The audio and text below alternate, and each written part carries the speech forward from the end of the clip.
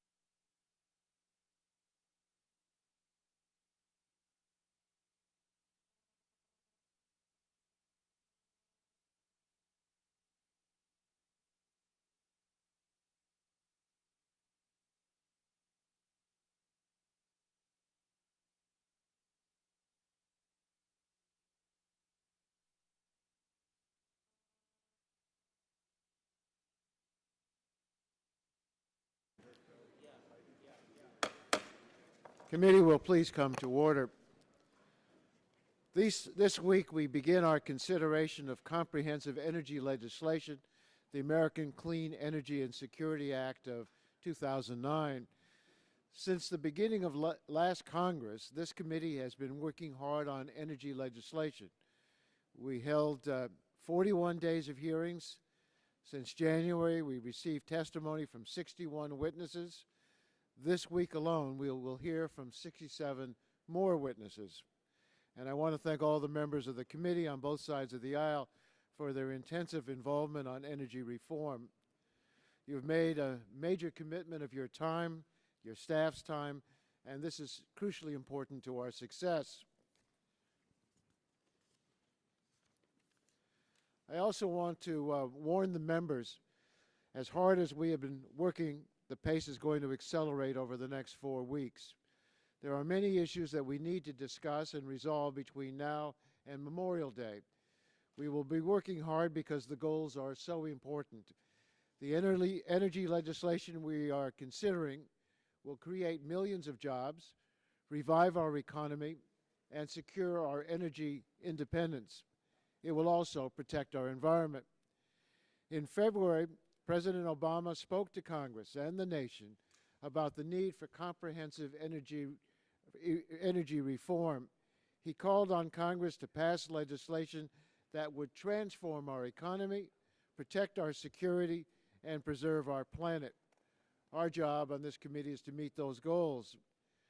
We are fortunate today to have 3 cabinet-level officials testifying to our committee for the first time: Energy Secretary Stephen Chu, EPA Administrator Lisa Jackson, and Transportation Secretary LaHood. They will explain the President's objectives and how we can ensure our legislation meets them. As Chairman Markey and I worked on the draft legislation, our blueprint was a plan proposed by the U.S. Climate Action Partnership, a coalition of industry CEOs and environmental organizations. We will hear today from 6 leaders of U.S. CAP: DuPont, ConocoPhillips, Duke Energy, Alcoa, NRG, and the Natural Resources Defense Council. They will tell us how well we did translating their blueprint into legislative language. I want to thank them and all our witnesses for their participation in this hearing. We have said that true energy reform, some have said that true energy reform will undermine our economy. They argue that there is a fundamental conflict between economic growth and clean energy. This is a false choice. Our economic future and clean energy are inextricably intertwined. The economy that will grow the fastest in this century will be the one that makes the greatest investments in new energy technologies. Nearly 40 years ago, this committee passed the original Clean Air Act. Since then, we have reduced dangerous air pollutants by 60% or more. During the same period, our population has grown by 50% and our economy by over 200%. 20 years ago, under the leadership of John Dingell, this committee passed the 1990 amendments to the Clean Air Act. Opponents of the legislation said that stopping acid rain would bankrupt the utility industry. In fact, we cut emissions in half at a fraction of the costs the naysayers predicted. We have a similar opportunity and responsibility this year. The legislation we will be considering today has 4 titles. The clean energy title will spur investment in the technologies of the future: clean renewable energy, electric utilities, electric vehicles, and the smart grid. The energy efficiency title will reduce our dependence on foreign oil and save consumers billions of dollars by making our homes, our appliances, and our transportation system more energy efficient. The global warming title will create a market-based system for reducing carbon emissions to safe levels. And the final title will provide our industries, our workers, and American families with the support they need during the transition to a clean energy economy. It is no longer a question whether we will act to reduce CO2 emissions. The endangerment finding released by EPA last week answers that issue. The real question is whether we will do so in a way that strengthens our economy, creates new jobs, and ends our dangerous dependence on foreign oil. These are achievable goals, but to reach them, Congress needs to act, and we on this committee need to lead the way. We can succeed, but we will need to work together to forge consensus and a workable solution. And I look forward to working with all the members of the committee as we embark on this process. I want to recognize Mr. Barton now for opening comments he wishes to make. Thank you, Mr. Chairman. I want to welcome our distinguished panel of administration officials, especially Mr. LaHood, former colleague, of course, Dr. Chu, who I had some dealings with in the laboratories, and the Honorable Mrs. Jackson. We appreciate you being here.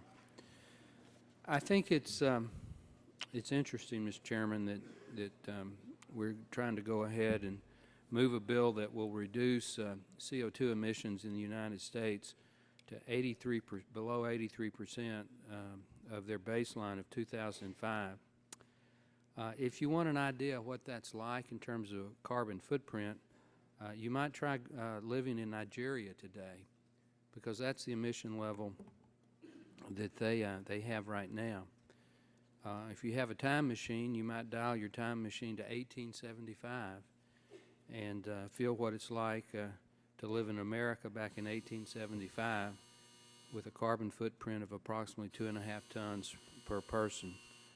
I don't think most of today's citizenry in the United States would enjoy that type of a lifestyle too much. I also think that it's interesting that a lot of people seem very determined to raise energy prices in this country. Our current president, President Obama, said during the campaign that capping carbon and trading emissions would make electricity bills necessarily skyrocket. And that's his quote, necessarily skyrocket. The people that global warming is religion believe that carbon dioxide, CO2, which is naturally occurring in nature, is the devil's brew.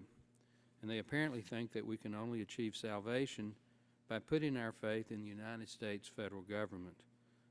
Our government will offer indulgences in the form of emission permits, and we will all atone for our past sins and our economy's past sins by paying through the nose with these expensive new energy carbon taxes.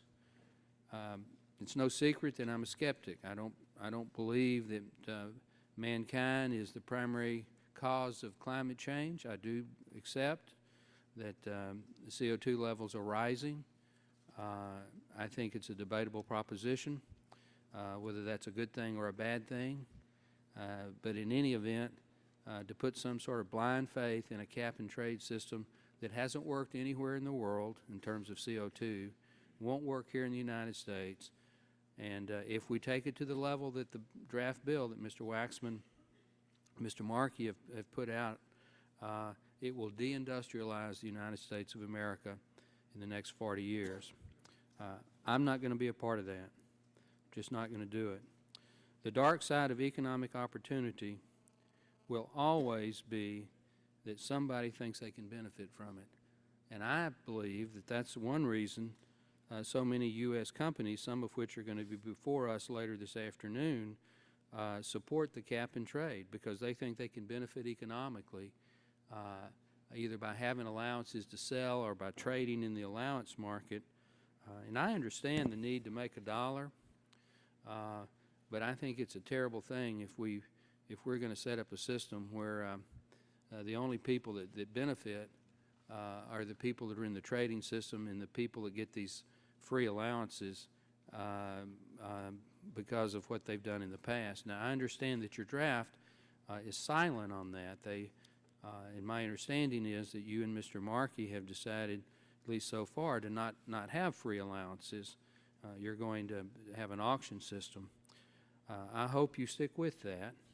And I was here in the Clean Air Act amendments when we did SO2 back in the early 90s, and I remember the fights we had on baselines, and I remember the fights we had on allowances for particular plants and things like that, that will be a picnic compared to what we'll have if we go down where we start trying to, or we, not me, but you and Mr. Markey start trying to buy votes by giving allowances to this group or that group or whatever.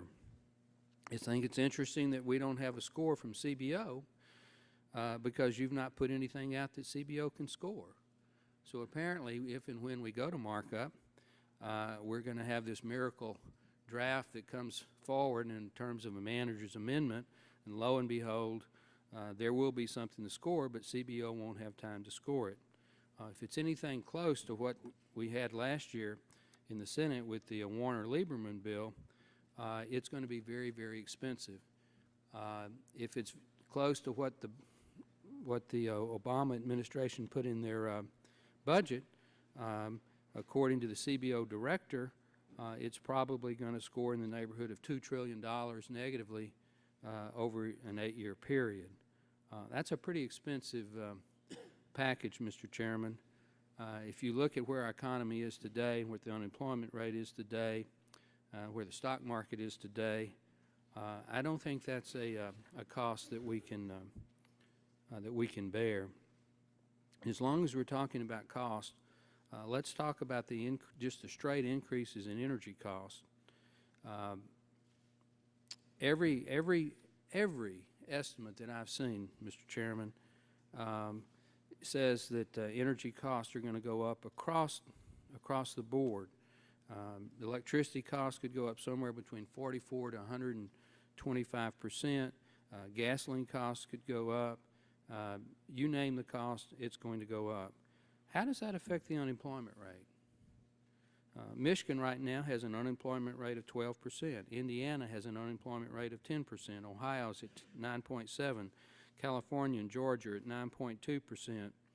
Even my great state of Texas, where the economy is relatively better off, has got an employment rate over 6%. I mean, if energy prices go up, lots and lots of Americans are going to lose their jobs, and then that in turn is going to cause even more deficit spending on behalf of the federal government. How is that costed into this draft? However you cost it, it's going to be a negative cost. I could go on and on, Mr. Chairman, but I've already gone over almost 2 minutes. I appreciate your indulgence. Putting me down as undecided on your bill, and I look forward to hearing from our panel, and then trying to work with you and Mr. Markey and members of the committee to do something that's positive. Thank you, Mr. Barton. Now I want to recognize the chairman of the Energy Subcommittee, Mr. Markey. Thank you, Mr. Chairman, very much. And first I want to thank Secretary LaHood, Secretary Chu, and Administrator Jackson for being with us here today. The presence of this all-star lineup is a testament to the priority that the Obama administration places on developing sound energy legislation and fighting global warming. Today, Earth Day 2009, we begin the process of writing history as we work to pass new energy legislation that will revitalize our economy, enhance our energy security, create millions of new jobs, and end the global warming crisis. We arrive at this crucial moment with much at stake and not a moment to spare. Winston Churchill once said, "Courage is what it takes to stand up and speak. Courage is also what it takes to sit down and listen." In the days ahead, we will need to have both the courage to speak out and the courage to sit down and listen. If we do that, we can pass legislation that will create millions of new jobs and reduce our dependence on foreign oil, all in a way that meets our environmental and economic needs. We have reached a crossroads where inaction is simply not an option. Our economy cannot continue to depend heavily on foreign oil. Our energy system cannot continue to be highly inefficient. We cannot continue energy policies that look to last century's energy sources while other nations race ahead to take the lead in developing and marketing clean energy technologies and green jobs. Germany's second largest export after cars is wind turbines. China is becoming the leader in renewable energy. Japan and Korea are leapfrogging America in advanced vehicle technology.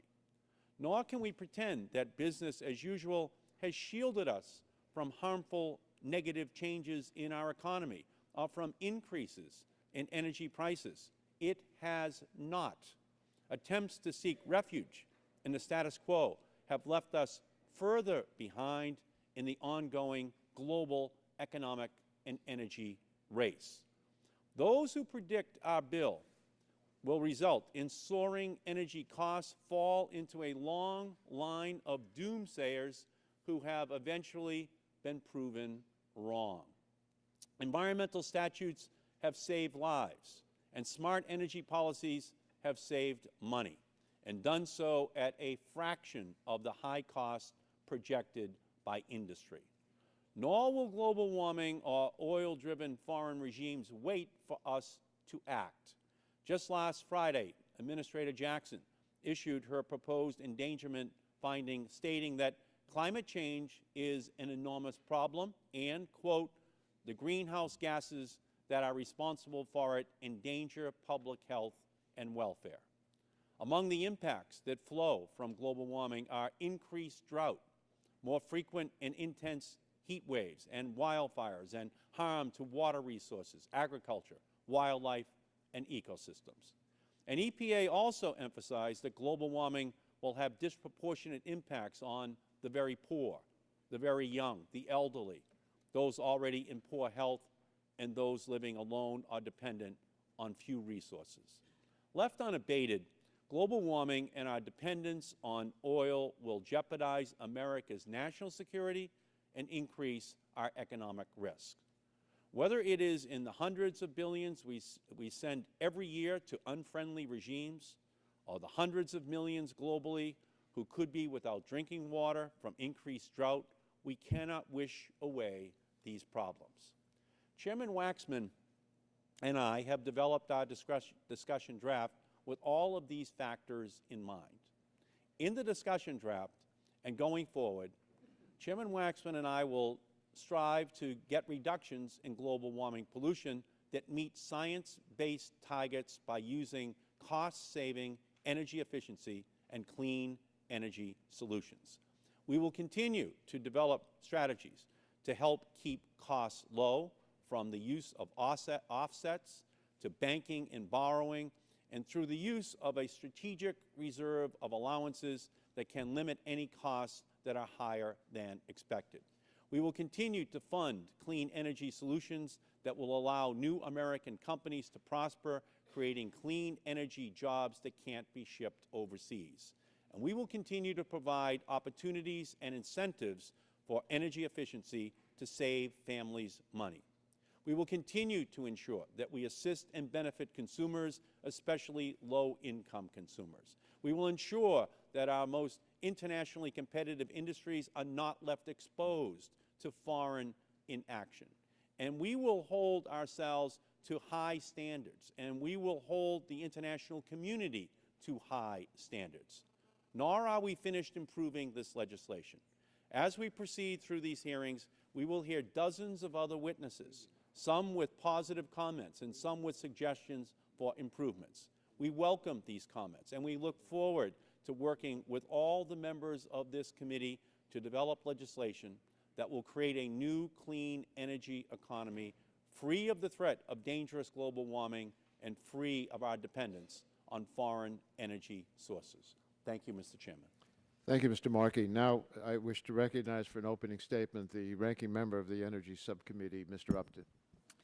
Well, thank you, Mr. Chairman. And before I begin my opening statement, I'd like to submit a number of articles for the record. First of all, from last week's Washington Post, India rejects calls for emission cuts with regards to the president's push to combat climate change. Indian officials said it was unlikely to prompt them to agree to binding emission cuts. From the New York Times, thirsty for energy in India's boomtown and beyond, a quote, almost half of India's population has no access to the electricity grid. About 700 million Indians rely on animal waste and firewood as fuel for cooking. From the Saginaw News, terrible time for higher bills. Quote, as a result of the recent green mandate, sticking people with an average of $125 utility bill increase seems kind of cruel in a state that's suffering 12.5% unemployment. From the Detroit News, cap and trade plan will hit the heartland with a quote, cap and trade system is a giant economic dagger aimed at the nation's heartland, particularly Michigan. From the Hill, not all senators warming to Obama cap and trade. Sherrod Brown, a former member of this committee, Obama's plan would lead to an increase in energy costs and would drive American firms abroad. From the Wall Street Journal, who pays for cap and trade? With a quote, an economy-wide tax under the cover of saving the environment is the best political moneymaker since the income tax. And from U.S. News and World Report, the next Bernie Madoff emissions cap and trade aids the corrupt, hurts the little guy, and on and on. I would like in advance to thank the 60-some witnesses who will be testifying before our committee this week. And due to the limited time, I would like to submit the following 4 questions to each of our witnesses and would ask them to address these during their opening remarks. Number 1, will the legislation increase energy costs? If so, is there anything in the underlying bill that prevents these costs from being passed on to consumers? 2, since the legislation applies only to the U.S. but not other nations like China, India, and Mexico, is there a chance it will result in American jobs being shipped overseas, and how many jobs will be lost? 3, what was the cumulative cost per household of this legislation? And 4, absent other nations adopting the same reduction policy, how much will the legislation actually reduce global temperatures, if at all? I do believe that we need to reduce emissions, but we must do it in a common sense way that takes into account the economic and global realities of the issue. This week was reported in the New York Times that China discovered 180 miles of the Great Wall that they didn't know existed. How on earth are they going to be able to monitor and reduce their greenhouse gas emissions? And I wonder how many coal fire plants that they might have discovered in the last couple of years as they were analyzing this new 180 miles. We're not engaged in a guessing game.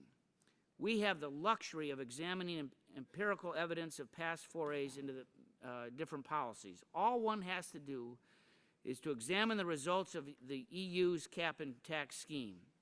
It was a failure. CO2 emissions in the U.S. fell by 1.8% in 2006, compared to a 0.3% increase in emissions in the EU, according to the EIA. Both economies grew at near identical pace in 2006 of about 3%. Cap and tax, cap and trade will essentially kick working families when they're down. And we thought the American public was angry at $4.25 gas prices last summer. Just wait till they get their hands on their utility bills under cap and tax. In 2008, approximately 21% of all utility accounts were overdue, with folks carrying past due balances on average of $160 on an electric bill and $360 for natural gas. And in Michigan, the account debt totaled $367 million, with 1 out of 3 behind on their bills in some of our areas. Times are tough, yet this proposal puts a bullseye on the back of working families who are struggling to feed their families to keep the lights on. And in fact, in Michigan, came out just yesterday that we have lost 150,000 jobs in 4 months. And it's expected that, according to the University of Michigan, we're going to lose 239,000 jobs in 2009. We're one of the hardest hit in this weak economy, and we would be disproportionately impacted with this legislation. NAM did a detailed analysis of the impact on Michigan. And quite simply, jobs are going to be lost, electric prices are going to go up, and household incomes will be decimated, and any growth will absolutely disappear. Let's put the scale of emissions reductions called for into perspective. Current proposals would mean that the U.S. cannot emit more in the year 2050 than we emitted in 1910. That's a pretty daunting task, considering that in 1910 the U.S. had only 92 million people compared to about 420 million expected in 2050. And to reach the lofty goal of 80% reductions, emissions from the entire transportation sector would have to drop to 0.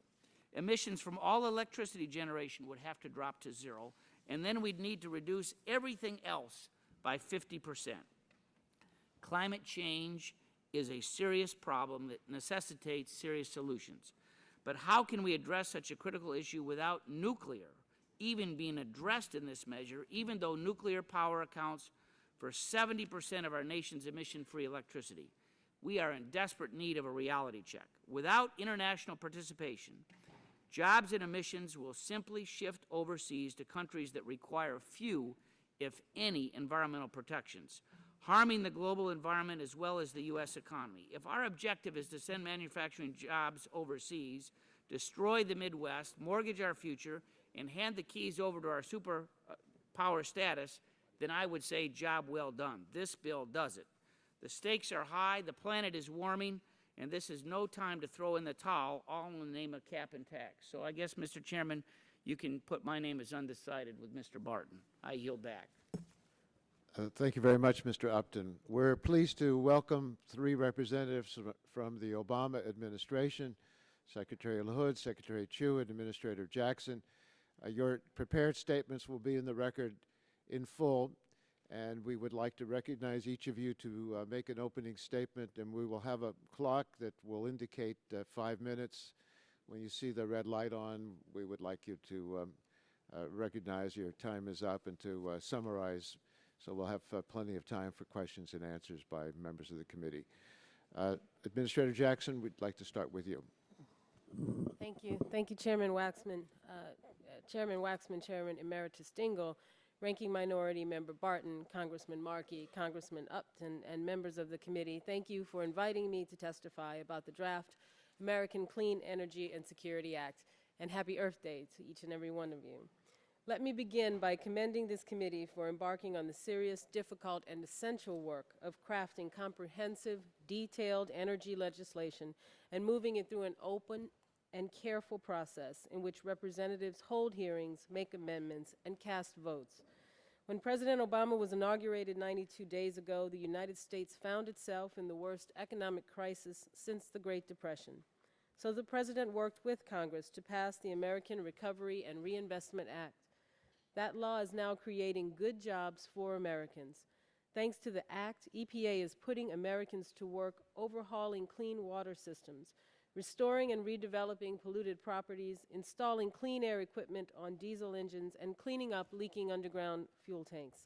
The American Recovery and Reinvestment Act also injected an essential shot of adrenaline into the American energy sector. That immediate relief is essential to economic recovery. But President Obama has also leveled with the American people. Lasting economic recovery will come only when the federal government looks beyond the quick fix and invests in building the advanced energy industries that will help restore America's economic health over the long term. So President Obama has called on Congress to pass forward-looking energy legislation. That legislation should create here in America millions of the clean energy jobs that cannot be shipped overseas. It should catapult American innovators past the foreign competitors who, due to aggressive investments by their governments, now enjoy a head start in the advanced energy technologies that represent the new Internet revolution, the new biotech wave. The legislation should reduce our dependence on oil and strengthen America's energy security, and it should start in a real and tangible way to tackle greenhouse gas pollution, which threatens to leave to our children and grandchildren a diminished, less prosperous, less secure world. 3 weeks ago, Chairman Waxman and Markey released draft legislation that strives to accomplish the goals I just listed. The American Clean Energy and Security Act would introduce a clean energy requirement for American electric utilities and new energy efficiency programs for American buildings. Those initiatives aim to create good American jobs that cannot be shipped overseas. The legislation would launch programs to promote electric vehicles and deploy technologies for capturing, pipelining, and geologically storing carbon dioxide produced at coal-fueled power plants. Those incentives aim to help American companies make up for lost time in the advanced energy industries that will be to the 2010s what Internet software was to the 1990s. The legislation would institute new low-carbon requirements for vehicles and fuels, as well as programs to reduce vehicle miles traveled. Those proposals aim to increase America's energy security and cut back on the hundreds of billions of dollars that America throws away every year on oil. And the legislation would put in place a declining cap on greenhouse gas pollution. That market-based system aims to protect our children and grandchildren from severe environmental and economic harm and from great threats to our national security, while further invigorating advanced American energy industries. The American Clean Energy and Security Act draws on the thoughtful legislation that Chairman Emeritus Dingell and Congressman Boucher drafted last October, and it tracks many of the recommendations put forward by the U.S. Climate Action Partnership, a coalition that includes American manufacturers such as Alcoa, John Deere, Caterpillar, Dow, Ford, General Motors, and General Electric. Now, the No We Can't crowd will spin out doomsday scenarios about runaway cost. I do not claim that we can get something for nothing. But EPA's preliminary economic modeling indicates that the investments Americans would make to implement the cap and trade program in the American Clean Energy and Security Act would be very modest compared to the benefits that science and plain common sense tell us a comprehensive energy and climate policy will deliver. I ask the members of this committee to recall the acid rain trading program, drafted by this committee as amendments to the Clean Air Act and signed by a Republican president in 1990. Beltway corporate lobbyists insisted that the law would cause, and I quote, death for businesses across the country. But as the members of this committee who worked hard on that legislation know well, it ended up delivering annual health and welfare benefits of over $120 billion at an annual cost of only $3 billion. Our economy grew, and acid rain was cut by more than 50%. The Clean Air Act amendments dealt with controversial issues, not just acid rain, but smog, hazardous air pollutants, and the threats to the ozone layer.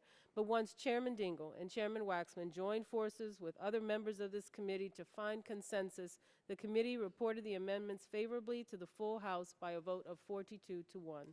I believe this committee can make history again this year, and the draft American Clean Energy and Security Act is a great start. It reflects the President's priorities of reducing our dependence on oil, creating millions of new jobs by leveraging America's tremendous capacity for innovation, and significantly reducing greenhouse gas pollution. This administration wants to see this effort move forward, and I pledge to work with this committee over the weeks ahead to help you find consensus. Thank you. I look forward to answering the members' questions. Thank you very much, Administrator Jackson. Secretary Chu, I'd like to hear from you. Chairman Waxman and Markey, Chairman Emeritus Dingell, Ranking Members Barton and Upton, and members of the committee, thank you for the opportunity to appear before you today to discuss the American Clean Energy and Security Act. For decades, our energy strategy has been little or no strategy at all. For our transportation needs, we have become increasingly addicted to oil at escalating costs to our economy, our environment, our security. For our electricity needs, we burn immense amounts of coal, which is cheap and abundant, but a major contributor to global warming. We will continue to use coal as a fuel, but we must learn to do it in a cleaner way. On this Earth Day, we must state in no uncertain terms, we have a responsibility to our children and their children to curb carbon emissions from fossil fuels that have begun to change our climate. President Obama recognizes that the energy challenge is a defining challenge of our time, and he is committed to a comprehensive energy plan that creates jobs, reduces our greenhouse gas emissions, and reduces our dependence on oil. The Energy Independence and Security Act and the American Recovery and Reinvestment Act have made a down payment on clean energy future. I'm pleased to report that the Department of Energy is getting the Recovery Act money into your local communities as quickly as possible, while maintaining the highest standards of transparency and accountability. We are already putting Americans to work, making homes and buildings more efficient, which will grow our economy and cut energy bills for families.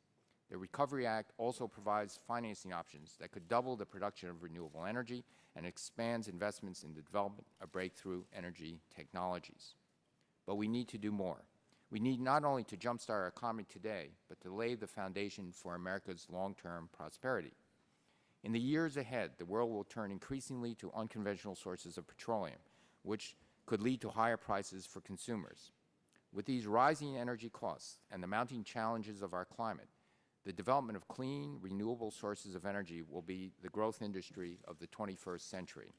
The key question is, who will lead the world in making energy-efficient vehicles, wind turbines, solar panels, and other products and technologies that will power tomorrow's economy? There are two dangers, either of which could dramatically weaken America's future. The first is that the world will fail to take action on climate change in a time to prevent its worst potential effects. The second is that the United States will fail to seize the opportunity to lead, and the new clean energy jobs will be created overseas rather than in America. We can neither let our planet get too hot nor let our economy grow too cold. We must get off the sidelines of the clean energy race and play to win. To that end, we in the administration appreciate Congress's effort in developing the American Clean Energy and Security Act. While we're still reviewing the details, it is clear that Chairman Waxman's legislation could advance the President's goals of launching a new sector of clean energy jobs, making our economy more competitive and weaning the nation from its dependence on oil. The President looks forward to working with members of Congress in both chambers to pass a bill that would transition the nation to a clean energy economy. The administration believes that a gradual market-based cap on carbon pollution would also be a significant step for restoring America's leadership in the deployment of clean energy technology. Building on the success of the bipartisan acid rain program created in 1990 Clean Air Act, this approach will set a clear long-term emission goals that empower the private sector to find the most innovative ways to reduce carbon pollution. The administration also believes a renewable electricity standard could help create a stable investment environment for America's innovators to do what they do best, create new jobs and entire new industries. We also believe it is important to foster continued development of critical technologies to give the American people advanced clean vehicles, to capture and store carbon to limit emissions and sustain our environment, to accelerate energy efficiency improvements, and to develop a smart grid to improve the efficiency, reliability, and security of our electricity transmission system. I applaud Chairman Waxman and Markey for bringing this bill forward. Now is the time to take comprehensive and sustained action to meet our nation's energy challenge. With the leadership of the President, the actions of this Congress, and the support and participation of the American people, I am confident we will succeed. Thank you, and I'd be glad to answer your questions. Thank you very much, Secretary Chu. Secretary LaHood. Mr. Chairman, Mr. Markey, Mr. Dingell, and Mr. Barton, and friends all, thank you for inviting me to discuss the Department of Transportation's commitment to promote a cleaner, greener America through effective and innovative transportation policy. I appreciate the opportunity to discuss the important environment and energy policies laid out in the American Clean Energy and Security Act. I commend the committee for drafting this important legislation. Since today is Earth Day, this is an excellent time to hold a serious national conversation on the most effective ways to improve energy efficiency, reduce greenhouse gas emissions, and mitigate the impact of climate change. As you know, one of the highest priorities of President Obama's administration is to develop a comprehensive energy plan that will not only achieve these goals, but also create millions of good-paying, clean energy jobs and help our communities become more livable in the process. There's no question that the United States must be the leader in the global effort to address climate change, cut pollution, and find more sustainable ways to keep our society mobile. The President has already taken concrete steps in this direction. The administration has proposed new fuel efficiency standards for cars and light trucks that would significantly reduce emissions and save millions of gallons of fuel beginning in model year 2011. And we are coordinating with the Environmental Protection Agency and the Department of Energy on new fuel economy standards to take us through 2016. Our department is also using new statutory authority to explore new fuel economy standards for medium and heavy-duty trucks. Additionally, the department continues to invest in buses running alternative fuels, thereby reducing emissions and improving air quality in cities and towns across America. Our commitment has helped to quadruple the number of clean fuel bus fleets across and around the nation since 1998. Through the Recovery Act, we are making $100 million grants in grant funds available to help the transit industry to improve fuel efficiency and reduce emissions for bus, rail cars, and other transit equipment.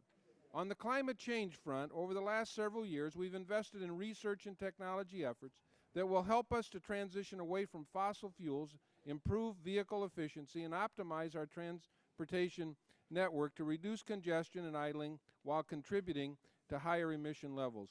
Across the department, we are committed to programs and policies that address our environmental concerns. The FAA, for instance, is working with the private sector on sustainable alternative fuel for aircraft. The Maritime Administration is exploring new technologies in cooperation with EPA and industries to reduce emissions from marine diesel engines. Looking ahead, the Department of Transportation stands ready to meet the President's ambitious goals for making transportation an integral part of our approach to addressing environmental challenges. In the coming months, we will work with stakeholder groups around the country to determine how best to invest $8 billion in new funding for high-speed passenger rail service that will ultimately improve mobility and reduce congestion. And we will work closely with Congress to develop a new surface transportation bill that focuses on reducing greenhouse gas emissions by investing in green transportation choices such as bike paths, pedestrian walkways, building more affordable housing near transit. In closing, the Department of Transportation will continue to be your full partner as we move forward with new legislation to help America address its formidable energy challenges. I look forward to working with you, Mr. Chairman, and the entire committee. Thank you very much, Secretary LaHood. We'll now recognize members for questions, 5-minute rounds, and I'll start off. The three of you gave us testimony on behalf of the administration, and I thank you for your presentations. Our nation is facing some very difficult energy challenges, and we have ignored them for too long. We're overly dependent on foreign sources of oil. Our economy is in a recession. We are no longer leading in the development of clean energy technology, and we are polluting our environment. President Obama is trying to confront these problems. He has said we need a comprehensive energy policy that creates new clean energy jobs, promotes energy independence, and tackles the tremendous threat of global warming.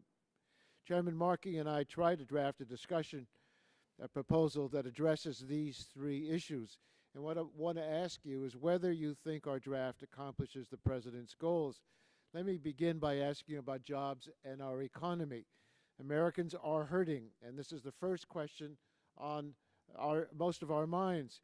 Administrator Jackson, do you believe the bill would create jobs here in the U.S. and stimulate economic growth? I do indeed, Mr. Chairman. I believe this is a jobs bill, and it is a jobs bill that focuses our country's attention on the growth industry of the future, which is the clean energy industry. There are opportunities here for us to create literally millions of jobs in the green energy sector. Could you move the microphone a little closer? Some of the members are complaining about not being able to hear. Secretary Chu, do you agree? Would this bill put us on the path toward a clean energy economy? I absolutely agree with that. I think, as you yourself noted, the world has rapidly changed its attitude towards carbon emissions, and it's continuing to do so. So in a future world, it is very clear that we will be living in a carbon-constrained world, so the action will be, how do you transition to a sustainable energy future? The United States must position itself in a way so that we can lead this transition, that we take advantage of the full intellectual opportunities and vigor of this country to develop those technologies that will add to our economic prosperity. And Secretary LaHood, what do you think about the creation of jobs and helping our economy with the Obama proposal? Well, Mr. Chairman, I think that nothing has taken as much time for this administration than trying to get the economy going. This is the #1 priority for this administration, and I know it is for Congress also. And I know that's why Congress passed the Economic Recovery Act, which many of us in this administration are implementing to try and get our fellow Americans back to work. And we're certainly doing that at the department. I believe that the work that you are all doing, the bill that you have laid out, will go a long way to creating jobs, and particularly I want to note green jobs. In the area that we work at the Department of Transportation, we believe there will be a number of green job opportunities created around the country as a result of the approach that's being taken by your legislation. And this is the reason that we're here today.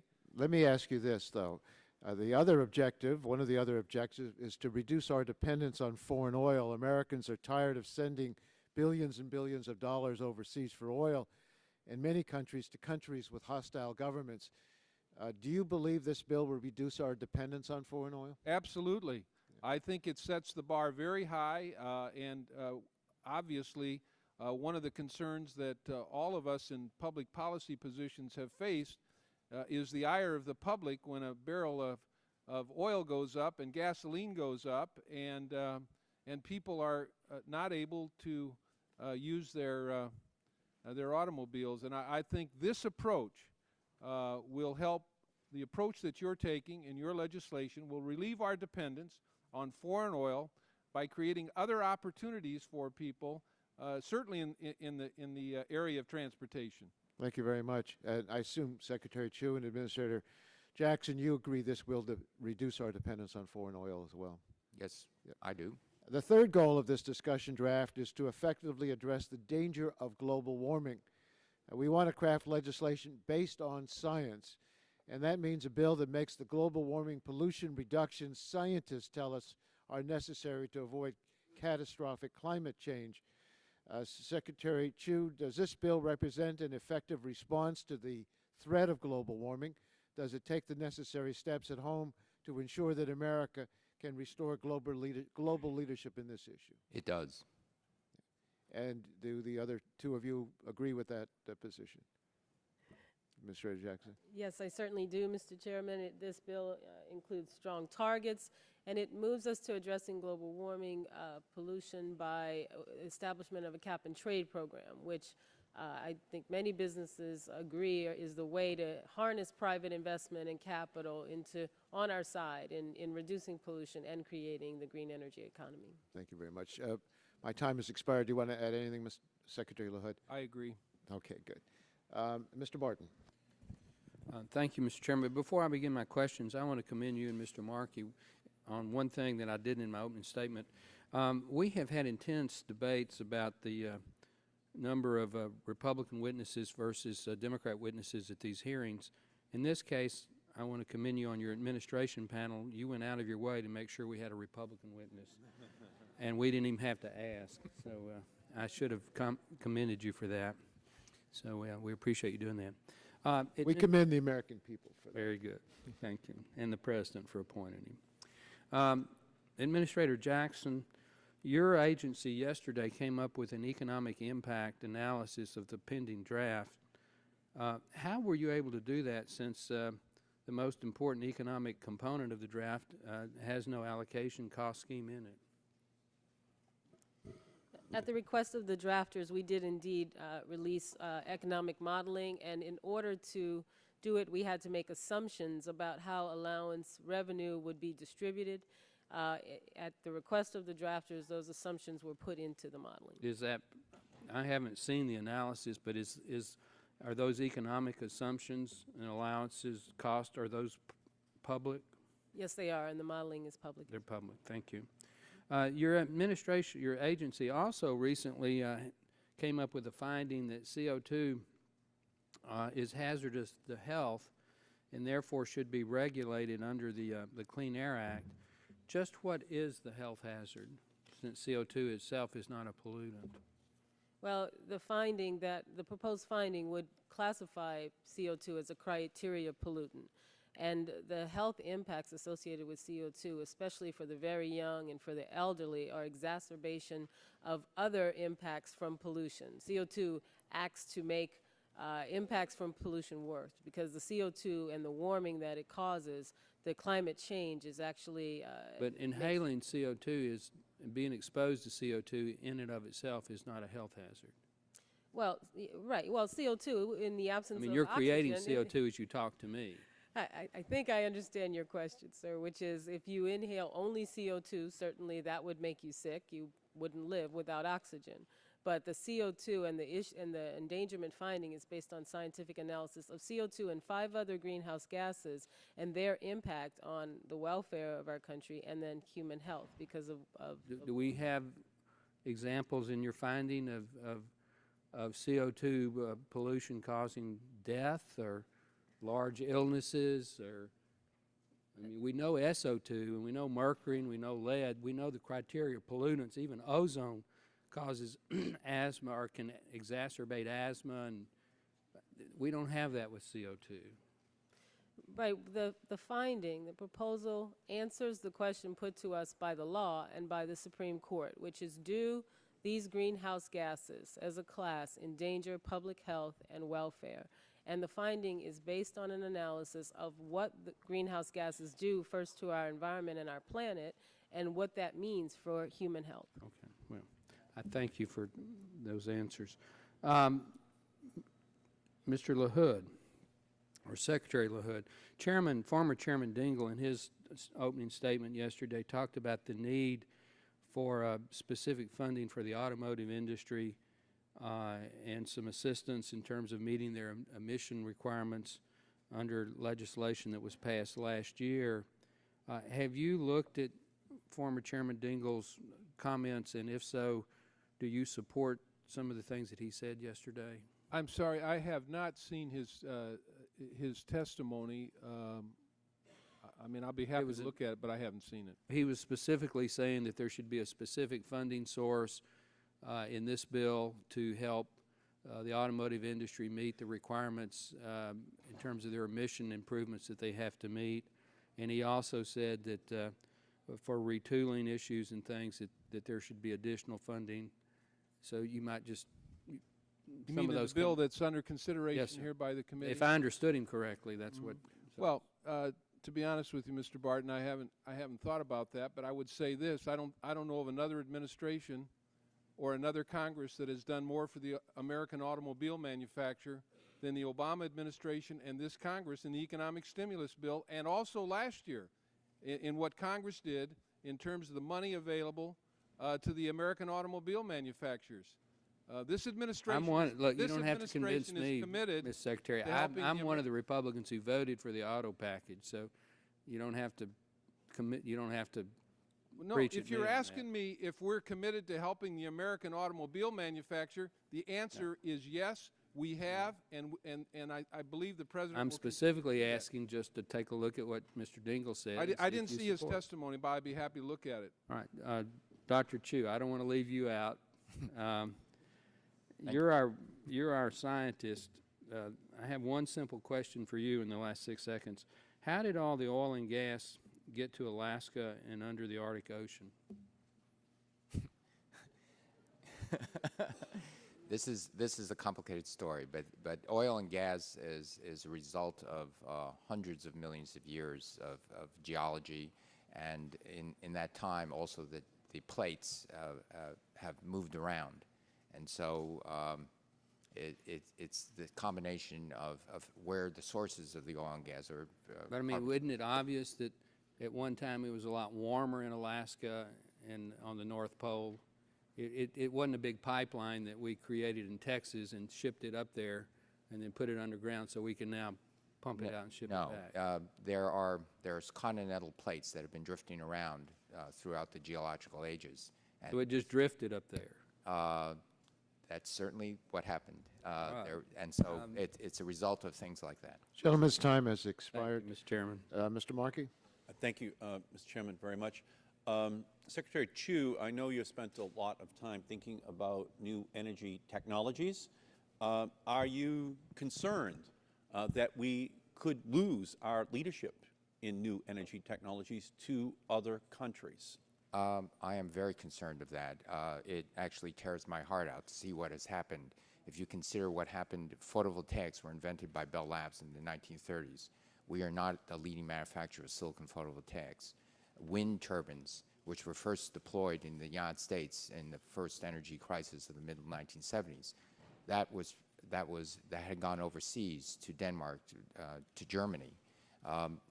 nuclear reactors, which we pioneered. Now Westinghouse, there's a major shareholder, and Westinghouse is now owned by a company in Japan. I am very concerned.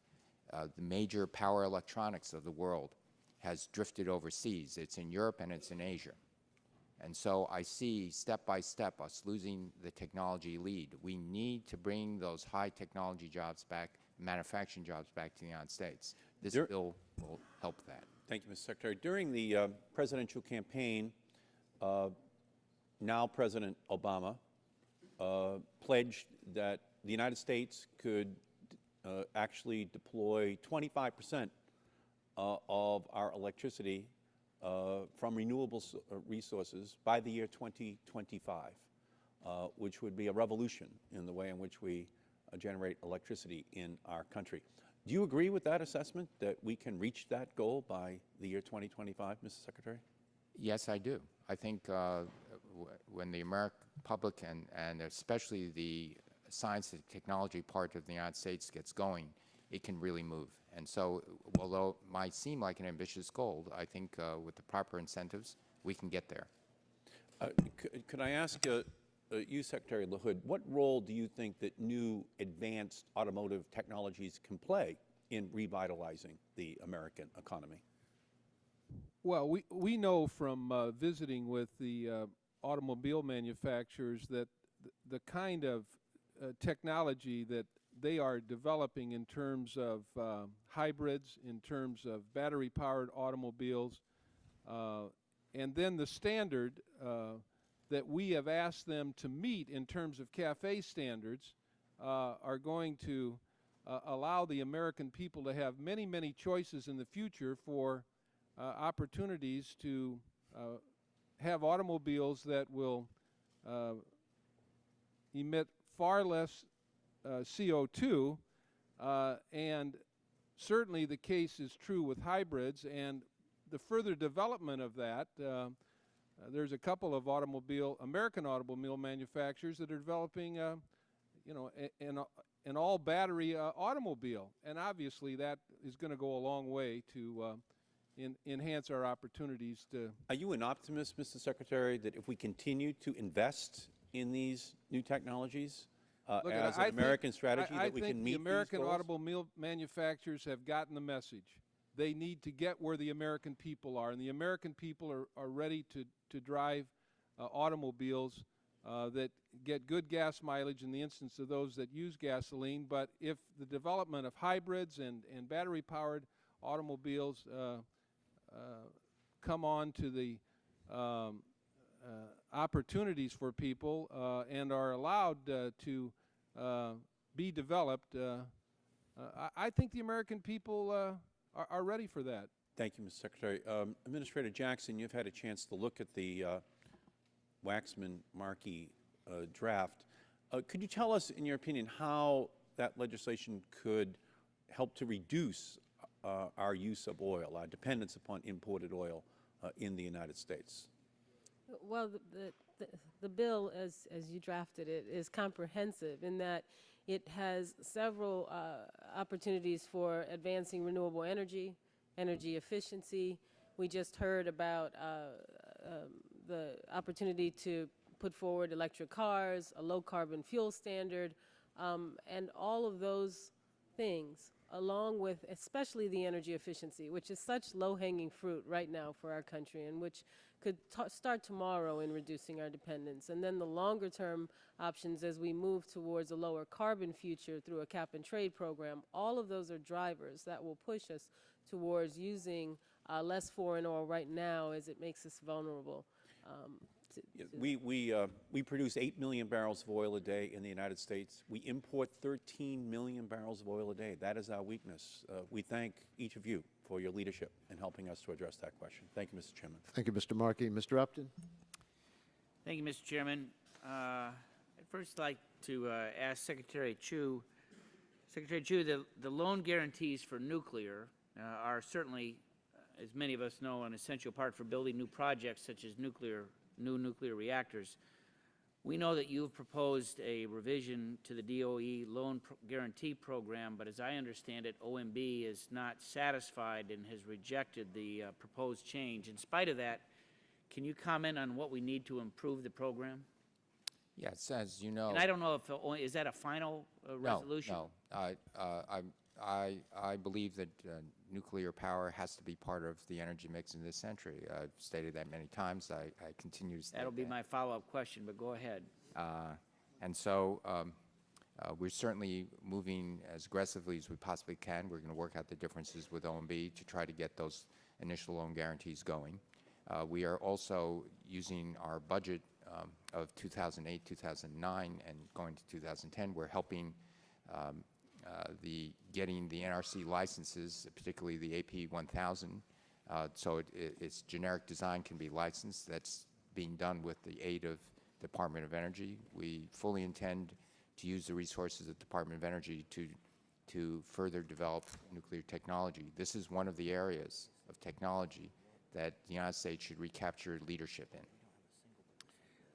I was during your confirmation, I was heartened when you said nuclear is going to be part of our energy future. It has to be, and yet you had a statement a couple weeks later as it related to Yucca Mountain. As you know, there is no nuclear title as part of this bill, and I just want to know, as you indicate now, that nuclear needs to be part of the equation. Would the administration support a nuclear title to this bill, knowing that there's no greenhouse gas emissions, and what are we going to do about Yucca?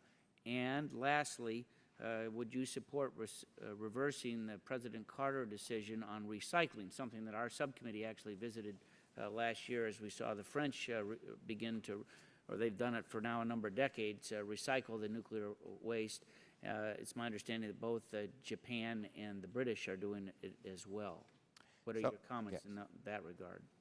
So what we're planning to do is to appoint a blue ribbon panel to step back and take a fresh new look at how we're going to, a comprehensive plan of how we're going to deal with the nuclear waste.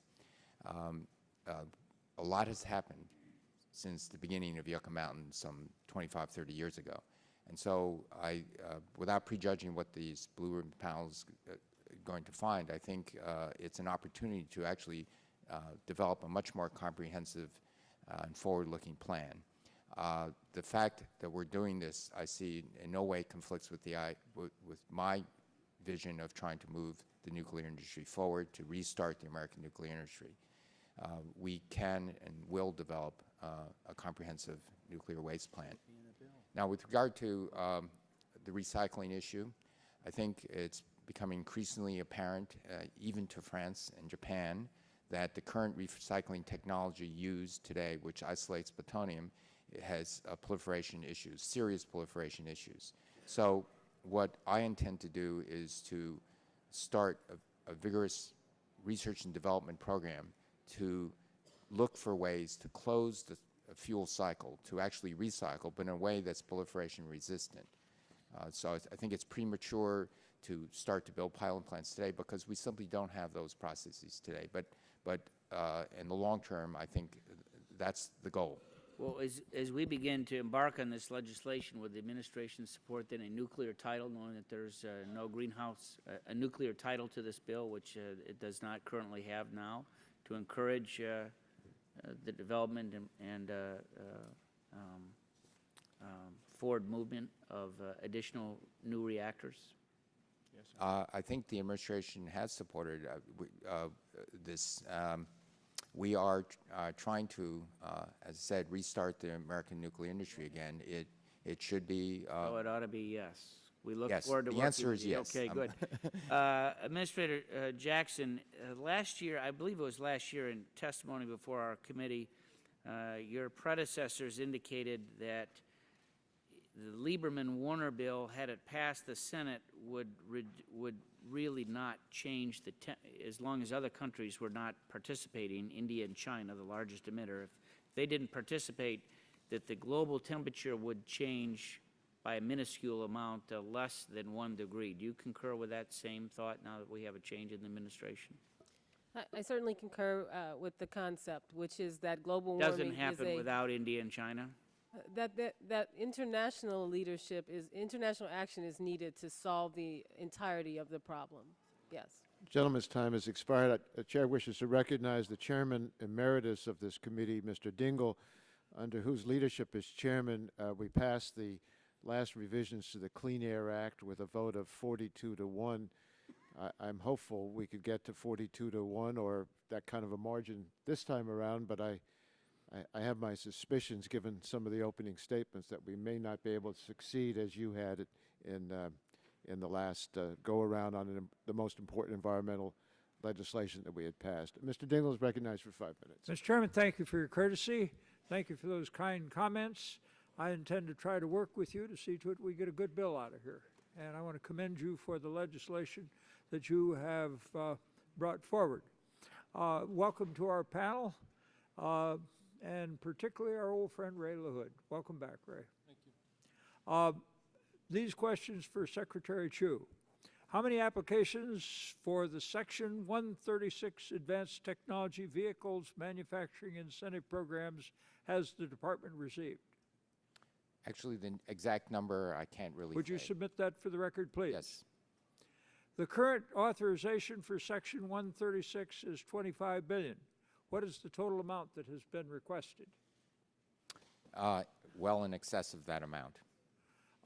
Would you give us the exact figure?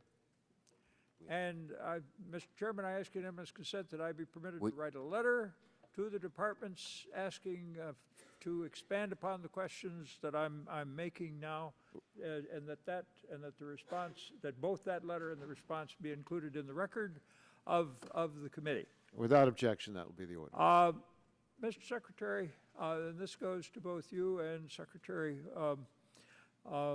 my old friend, Secretary LaHood. This country has had a wonderful experience. The new Chevy Volt was driven out of the factory on electric power. And that wonderful vehicle was driven out on batteries that were made in Korea. Now, we've had a policy in this country that's gone in effect and gone in and out like Murphy's glass eye. Each new administration comes in with a new package to stimulate new technology in the auto industry. And so we have a constant replacement of these programs, and they never work because they never get a chance to. What do you think we ought to do in this legislation to see to it that we finally get Chevy Volts driving out of the factory on American-made batteries, and to stimulate the technology of the American industry so that it will in fact produce cars of the kind that we want them to produce, and to do so in competition not just with foreign manufacturers, but with foreign governments which are subsidizing their manufacture. Mr. Chairman, I wanted to express my thanks for the warm welcome that you've given me here today, and to say to you that you'll get a warmer welcome if you give me an answer.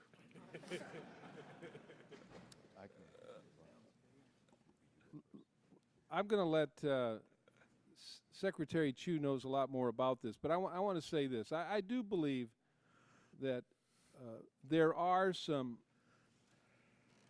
technology and research going on with respect to batteries that can be used by the American automobile manufacturers. Very little support from our federal government. Very little.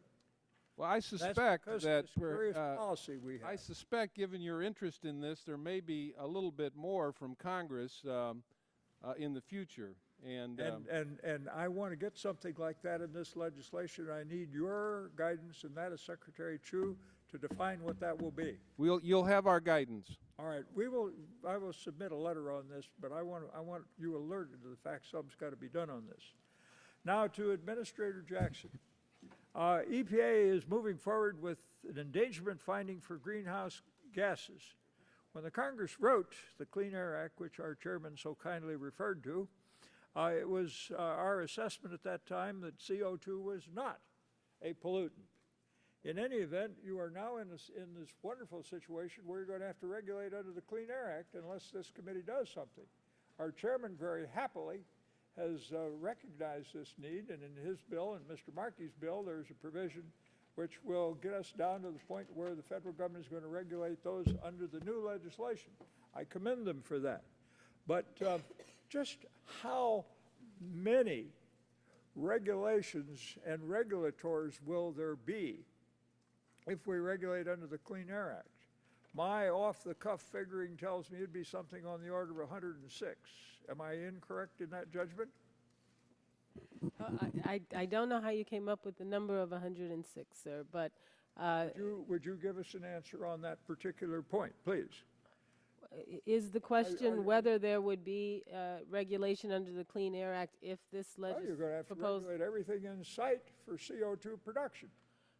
Well, and I'm asking you how many, or I'm asking you to deny that we would have a situation where we would have as many as 106 regulations, perhaps more, on CO2 emissions, because you'd have to do it under the state implementation plans. You'd have to do it under all kinds of other regulatory powers of the states and the federal government. And you'd have, as I have defined it, a glorious mess. Do you deny that we would have a glorious mess if you have to do it under existing law? Gentleman's time has expired, but we'd like to have you answer the question. Thank you. I look forward to your answers, gentlemen and ladies. Thank you. First, let me state that I believe new legislation is the best way, as the President has said, and I certainly agree, to address the problem of global warming and greenhouse gas emissions in our country. I believe that the endangerment finding, the proposal that's out, certainly addresses that which the Supreme Court compelled us to do, which is to speak, as the Clean Air Act says EPA must now, as to whether greenhouse gases endanger public health and welfare, and that draft is out for comment. It certainly means that it is the first step in a potential regulation of greenhouse gases via the Clean Air Act. And if your point, sir, is that it is more efficient to do it via a bill, via new legislation, like this discussion draft envisions, then I couldn't agree more. Secretary Chu, do you want to add something to that? Yes, to answer Chairman Emeritus Dingell's question about the American Recovery Act is investing $2 billion in advanced battery manufacturing. Also, we are investing a significant amount of money in R&D to develop a next generation of advanced batteries. Thank you. Mr. Stearns?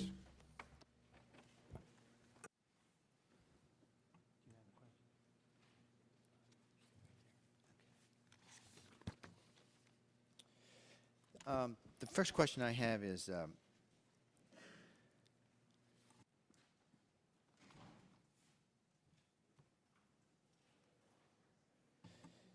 this is directed to the Secretary of Energy. During your confirmation hearing, you testified that DOE has a legal obligation to safely dispose of nuclear waste. You said, I'm supportive of the fact that the nuclear industry is and should have to be part of our energy mix in this century. Doesn't it concern you then that nuclear energy does not even seem to be a part of this bill? And I think this is a follow-up to Mr. Upton's question. Well, it's, while not specifically a part of this bill, if you look at the sum package of all the bills, like the American Recovery Act and similar, nuclear energy is supported in those other bills. But don't you think there should be a separate title in this bill for nuclear energy? Just yes or no? Pardon, what was the question? Do you think there should be a separate title in this bill for nuclear energy? Just yes or no? We're looking forward to working with the committee on... No, just yes or no. Do you think it should be? Can I have your yes or no answer? A separate title in nuclear energy? Yes or no? I think nuclear energy can be mentioned in this bill, but again, it's working with this committee and the administration in developing Is that a no, then? You don't think nuclear energy? No, that was we'll look at forward to working with the committee on and making sure that nuclear energy is part of our energy mix. Last September, you made the statement that somehow we have to figure out how to boost the price of gasoline to the levels in Europe, which at the time exceeded $8 a gallon. As Secretary of Energy, will you speak for or against any measures that would raise the price of gasoline? As Secretary of Energy, I think, especially now in today's economic climate, it would be completely unwise to want to increase the price of gasoline. And so we're looking forward to reducing the price of transportation in the American family. And this is done by encouraging fuel-efficient cars. This is done by developing alternative forms of fuel like biofuels that can lead to a separate source, an independent source of transportation fuel. But you can't honestly believe that you want the American people to pay for gasoline at the prices, the level in Europe. No, we don't.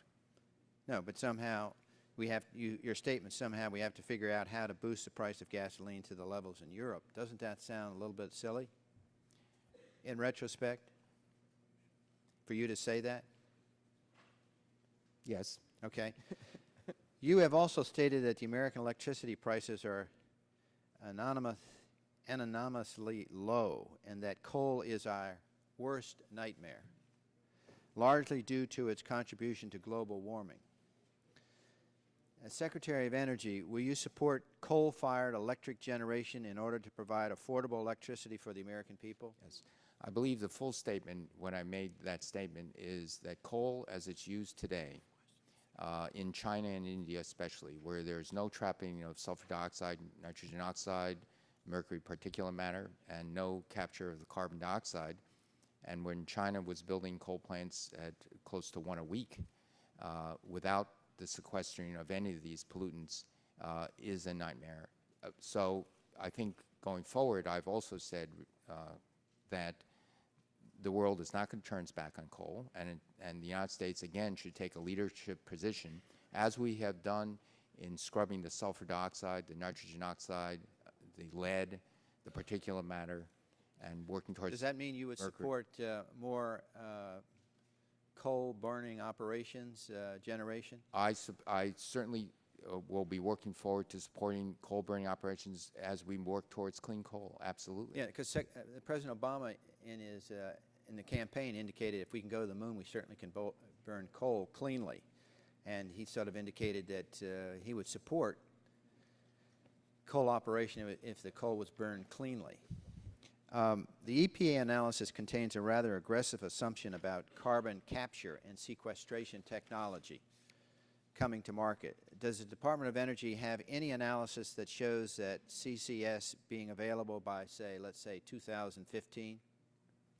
Well, if you look at where we are today in terms of the capture technology and the sequestration technology, we're beginning, not only the United States, but Europe and Asia are beginning to look aggressively at piloting and bringing to commercial scale these projects. So it takes several years to build them. It takes several more years to have the lessons learned so that power companies can invest with confidence that this is not only technically feasible, but it's economically feasible. And so, as a minimum, I see 8 years, for example, as a time when very serious deployment begins. But we're working as fast as we can to begin the testing, both at pilot scale and at commercial scale. Gentleman's time has expired. Mr. Rush? I want to thank you, Mr. Chairman, for this hearing, and I certainly want to add my kudos and commendations to my friend from Illinois, Secretary LaHood. It's good to see you again, Mr. Secretary, and welcome to all of our witnesses today.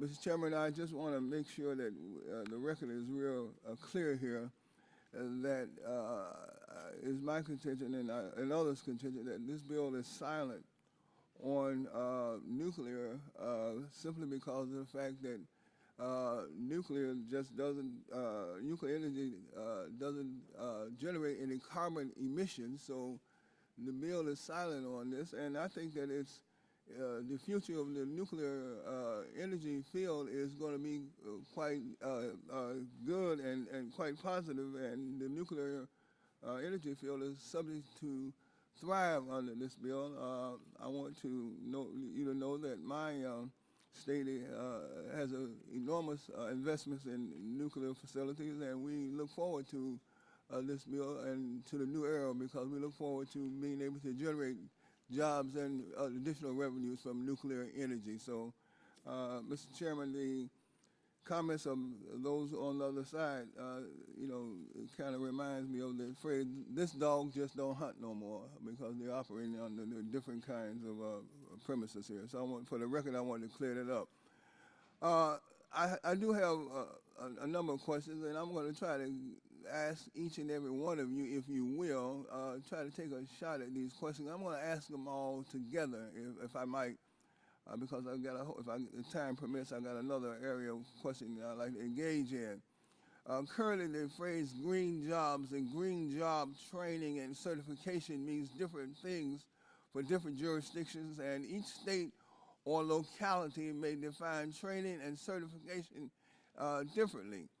In your opinion, should the federal government set standards for training and certification, and should that be done through legislative language or through the EPA's administration of the program? The next question, how do we ensure that local communities with large percentages of populations without college or advanced degrees be recruited and trained in green job technologies in order to be a part of the job creation and economic boom that this new energy sector is certain to create? And lastly, how do we ensure that minority and women-owned businesses are able to gain equal access to federal funding in order to take advantage of the entrepreneurship and innovative business opportunities that this new energy section will enable? Should the rules of the road be written through legislative action or through the administration and implementation within the agencies? How do we track this funding and ensure that the people we're trying to reach are indeed the recipients of this fund? Each one of you can take a crack at this. Mr. Chairman, let me just see if I can answer the question on green jobs, because in the economic recovery plan, the Department of Labor is receiving a lot of money to really implement the kind of opportunities for training for green jobs. And if Secretary Solis were here, she could really get in depth on this. But at our cabinet meeting that we had just this week with the President, she talked about the opportunities that are going to be created through her department with the money that comes from the economic recovery plan for training for people in the whole area of green jobs. Let me also add that Secretary Solis and I had visited a community college recently, where this community college was training, providing the proper training for these new green jobs. I think you raise a very important part. There are certainly many examples across the country where proper training programs have been developed. Right now, because of the urgency of what we're trying to do in terms of getting the economic recovery money out there and in practice, we first want to just make sure that best practices are shared in states. Yeah, Administrator Jackson, would you speak specifically to the issue of certification and training? Certainly, Mr. Rush. Let me first state that, you know, environmental justice in the future is going to also mean that this green economy is green for all, as others have said, to coin a phrase that others have coined.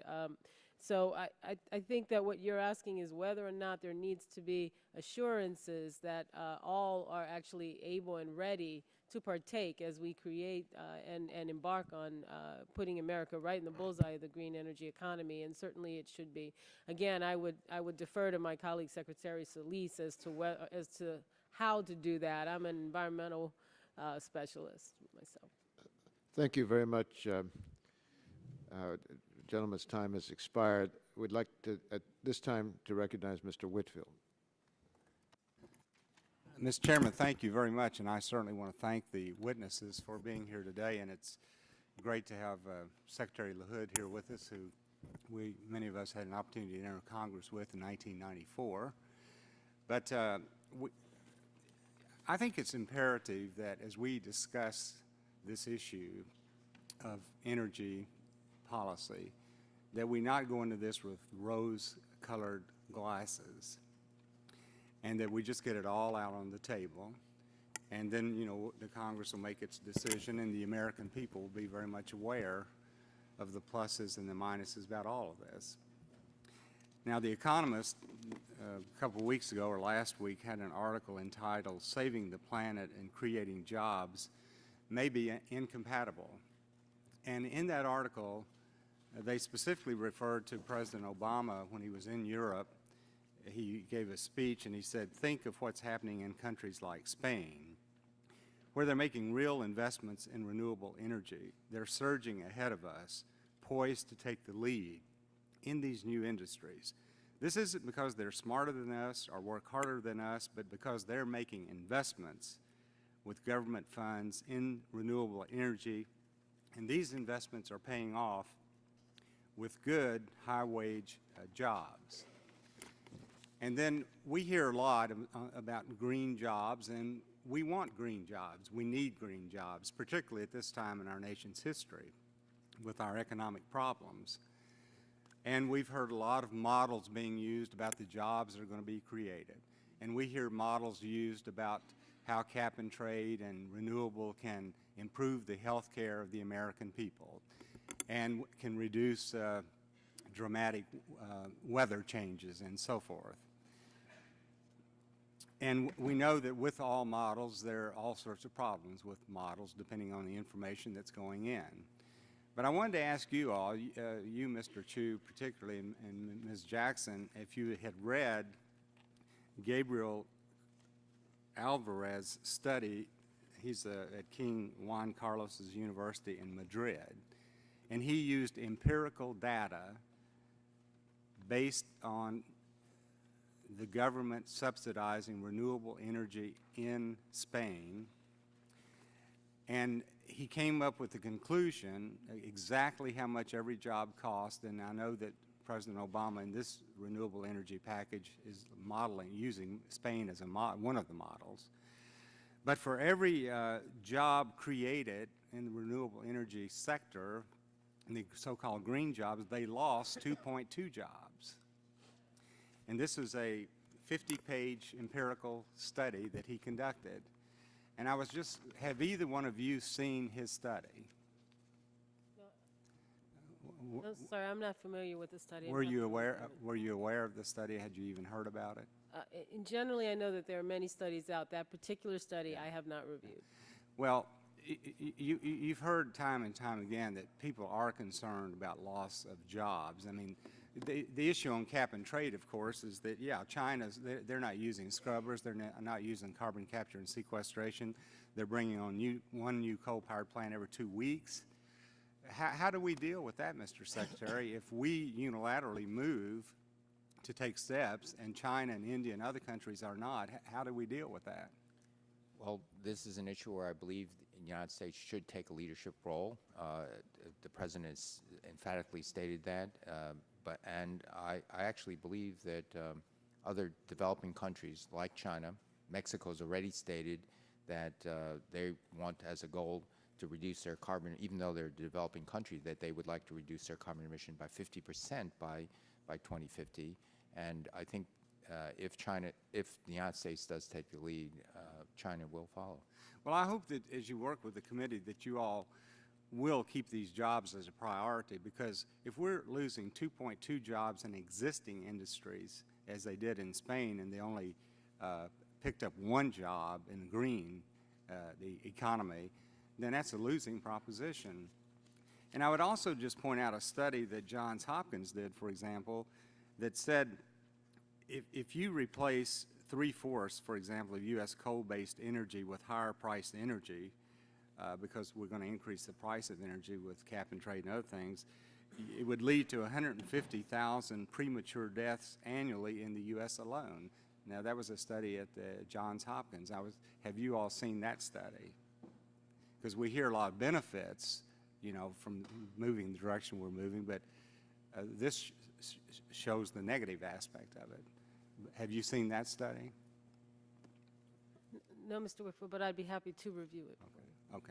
Well, my time's expired. Thank you. Time has expired. The chair would request of the gentleman that he submit that study, because I think the committee would like to look at it carefully. Ms. DeGette? Thank you, Mr. Chairman. I'd like to follow up, first of all, on some questions that were being asked, that Mr. Rush was asking about the effect of this legislation on low-income individuals. And I'm wondering, Administrator Jackson, if you could tell us, in the EPA's analysis, how the discussion draft might affect the economy and individual households, in particular, low-income households.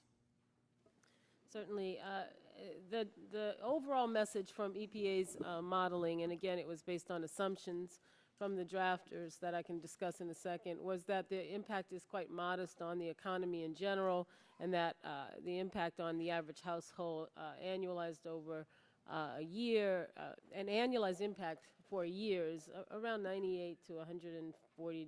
And why is that? Why is that impact relatively modest?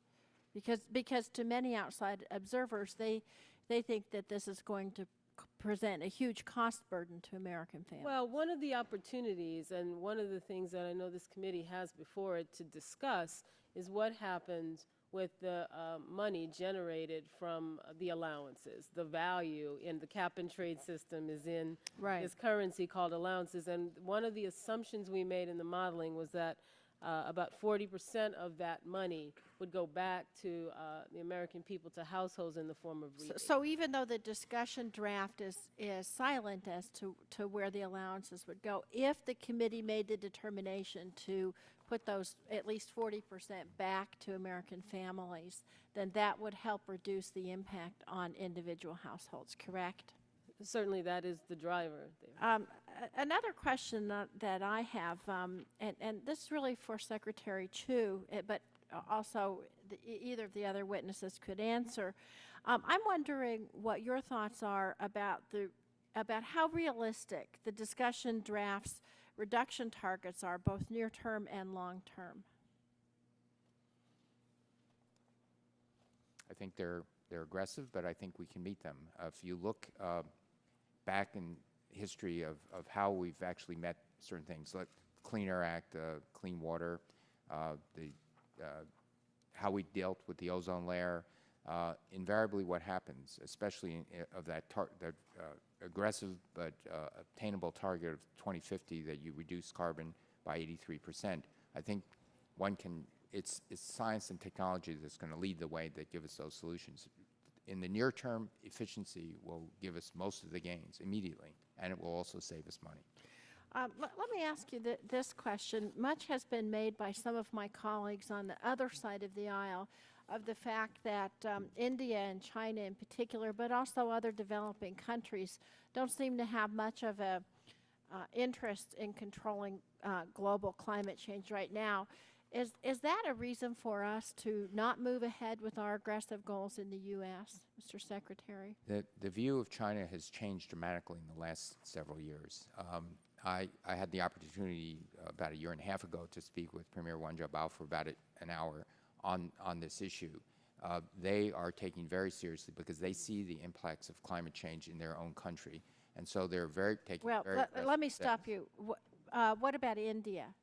India is less far along in this realization. Now, so to answer my question then, in particular with India, but to a lesser degree with China and maybe other developing countries, is there lack of prioritization of this issue reason for us to not move forward? No, we have to move forward. Right now, the United States and China represent 50% of the carbon emissions of the world. And as we go forward, we have to take those leadership positions. Now, if say we don't get China participating fully, although we hope we will, if we don't get India and the other developing countries participating, what is that going to do towards the bill's reduction targets? In other words, are the draft legislation's targets tied to reductions in these third world countries, or can we maintain some reductions in and of ourselves? No, I think that what the bill is saying is that we will go forward and we will start to reduce, aggressively start to reduce the carbon emissions in the United States. But in a cap and trade scheme, it also provides for offsets. Some of those offsets, much of those offsets will be in the United States to the agrarian parts of our country. but some of that could also be used to help bring in developing countries. Thank you. Thank you, Mr. Chairman. Thank you, Mr. Gett. Representative Bonomack. Thank you, Mr. Chairman. And I thank our distinguished panel of experts for their time today. And just want to start by saying my congressional district is probably one of the most beautiful congressional districts, with all due respect to all of my colleagues. And I'm extremely proud of the work we have done on renewables. We have invested, we believe, if you start in one end of my congressional district, you'll see windmills that we're very famous for. You can go to the other end and see a lot of geothermal capacity, and certainly a lot of hope in between for solar projects. But conversely, my congressional district is also one of the top 5 hardest hit in the housing crisis. So this legislation is keenly important to me and to my district. As a Californian, I believe in innovation, and I believe there's a lot in this bill that can go a long way towards energy independence. I believe there's a lot in this bill that will promote the technologies that we all believe in. But again, I have very, very big concerns about the cost and what this will do to my constituents. California's rates are, on average, about 65% higher than the rest of the nation for electricity. And this truly can be a matter of life and death for my constituents. In the summertime, we see the deaths occur for people who are afraid to turn on their air conditioning. Years past, we saw a flawed deregulation bill in California that created vast unintended consequences, where we saw rolling blackouts, and we saw what flawed policy, whether it be out of Sacramento or Washington eventually, can do to harm people. So my concerns in this bill, I believe, have been well known, and my colleague, Mr. Upton, has asked each of you answer the questions in writing about what will this do for the cost of energy on our consumers, and I look forward to seeing those answers from all of the panelists. But I'd like to know from Administrator Jackson, the EU, California's AB 32, the Western Climate Initiative, and Northeast RGGI system all handled transportation fuels outside of a cap-and-trade program. And in the case of California in particular, it works with fuels through a low-carbon fuel standard. We have portions of both approaches in this draft legislation. Is it your opinion that putting fuels under the cap-and-trade is the right approach, or can we separate fuels out with a low-carbon standard? My opinion is that it is extraordinarily important that we deal with transportation fuels, and that we do it in a way where we see meaningful reductions in the carbon footprint of those fuels, like a renewable fuel standard, like the low carbon fuel standard, which are in this bill. I do believe that there are alternate approaches, and I think the committee will have the opportunity to discuss that and find the most effective way of dealing with it. And I think anything EPA can do to assist you in those discussions, we're happy to. Well, you could start by answering the question, should it or should not be under an economy-wide cap-and-trade system?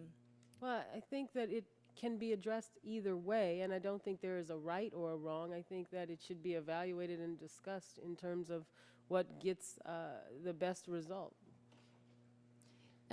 Secretary LaHood, I am a firm believer that the new clean diesel needs to be a little bit more thoroughly discussed in Washington, that there's great promise in clean diesel, but I might be entirely misguided.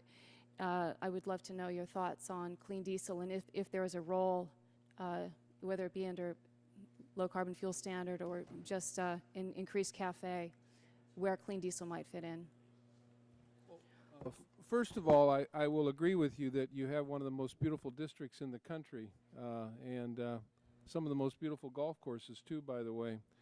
But I'm not prepared to talk about the diesel standard. I don't know whether Secretary Chu or Administrator Jackson can do that, but I'd be happy to get back to you with after I look into it. That is not something that I have expertise in. I don't know if either one of these two folks want to say something about it or not. Yes, I think the Department of Energy is certainly funding programs that develop clean diesels. As you know, there has been a change in the technology in diesels, and moderate-sized diesel engines can now satisfy the very stringent California EPA rules on particulate matter, on NOx, that we didn't think was possible 5 and 10 years ago. I should also say that I'm very proud of the fact that the Department of Energy funded a program to works with Sandia Labs with Cummins that makes large diesel engines to actually use high-performance computing to design a cleaner diesel. And it actually reduced the design time by 15%. The engine was designed in software and built and said it satisfies our design goal, and they went into production. So clean diesel is something that we will be investing in. Gentlelady's time has expired. Thank you. Representative Green. Thank you, Mr. Chairman. Like our colleagues, I'd like to welcome our new secretaries and particularly our former colleague, Ray LaHood. Ms. Jackson, the EPA produced a preliminary analysis of the economic impact of the discussion draft. It was publicized yesterday, and the analysis did not measure the overlapping impacts of a carbon cap, the renewable electricity standard, the efficiency standards, the new plant regulations, and the low carbon gasoline program. From what I understand, it was a preliminary draft. And when can we expect the analysis of measure that includes all parts of the bill taken together? Well, I think that we will be happy to provide additional modeling analysis once the bill is ready, once you have an actual bill. It was a discussion draft. It was incomplete. EPA was asked by the drafters to model a narrow portion of it, and as I mentioned, we had to make quite a few assumptions to do that, but EPA stands ready to provide additional modeling analysis at the request of the committee. Okay. Well, I appreciate it. In fact, since we're going to markup in our subcommittee next week, I don't know if we can get those specifics to you because some of those decisions are being made now, but appreciate the update on the analysis. The discussion draft both regulates refining through a carbon cap and imposes a new gasoline standard for carbon, essentially regulating these fuels twice. Last year, when the Senate considered a climate bill, there were estimates of gasoline price increases as high as 129%. And of course, last year's price of gasoline was $4, so 129% was very substantial compared to what gasoline may be today. My question for both EPA and DOE, would EPA and DOE perform an analysis of the gas prices and supply that considers the impact of the implementation of the second stage of the renewable fuels program, the new low carbon program, and the carbon cap before we mark up the legislation? Is that possible? That would look at both of those, the new low carbon program and the carbon cap before we get to a markup on the legislation? Are you asking about the low carbon program in this bill, sir? In this bill, and yeah, the low carbon program in this bill, along with the other requirements that we're going to have on refining capacity and ultimately the price of fuel. Does EPA and DOE have the capability to do that? I know that EPA's capabilities are focused around the impact of the cap and trade on emissions and then allowance prices, but I'm certainly happy to work with the Department of Energy to make sure we get you whatever we can through. Secretary Chu, is that possible? Pardon, was what possible? Can you? That since we had some estimates in the Senate last year on a climate change bill as high as 129% gasoline cost increases, does DOE perform an analysis of the gasoline price and supply that considers the impact of the implementation of the second stage of the renewable fuels program, the new low carbon program, and the carbon cap before we have an opportunity to mark up the legislation? Yes, we will get the EIA and we'll get you that information. Thank you. I guess this one's for the Dr. Chu or the Secretary Chu. The administration, in testimony, you talk about the administration believes the renewable electricity standard could help create a stable investment environment for America's innovators to do what they do best, create new jobs in entire industries. And I know coming from the state of Texas, we don't have a percentage. I know the bill calls for 25% renewable electricity standard. The House in 2007 passed a 15% renewable electricity standard that included electricity efficiencies. Why is the difference to have a national standard as compared to what a lot of states are doing? Some, particularly in the South, have hard kilowatt hours that they say this is what we're going to use from renewable electricity. And Texas is a good example because of the growth in wind power. But why do we need a national standard when a lot of the states are already doing it? Well, surprisingly, or maybe not surprisingly, but when I meet with industry representatives, many of the industry representatives who are in these renewable energies want a national standard.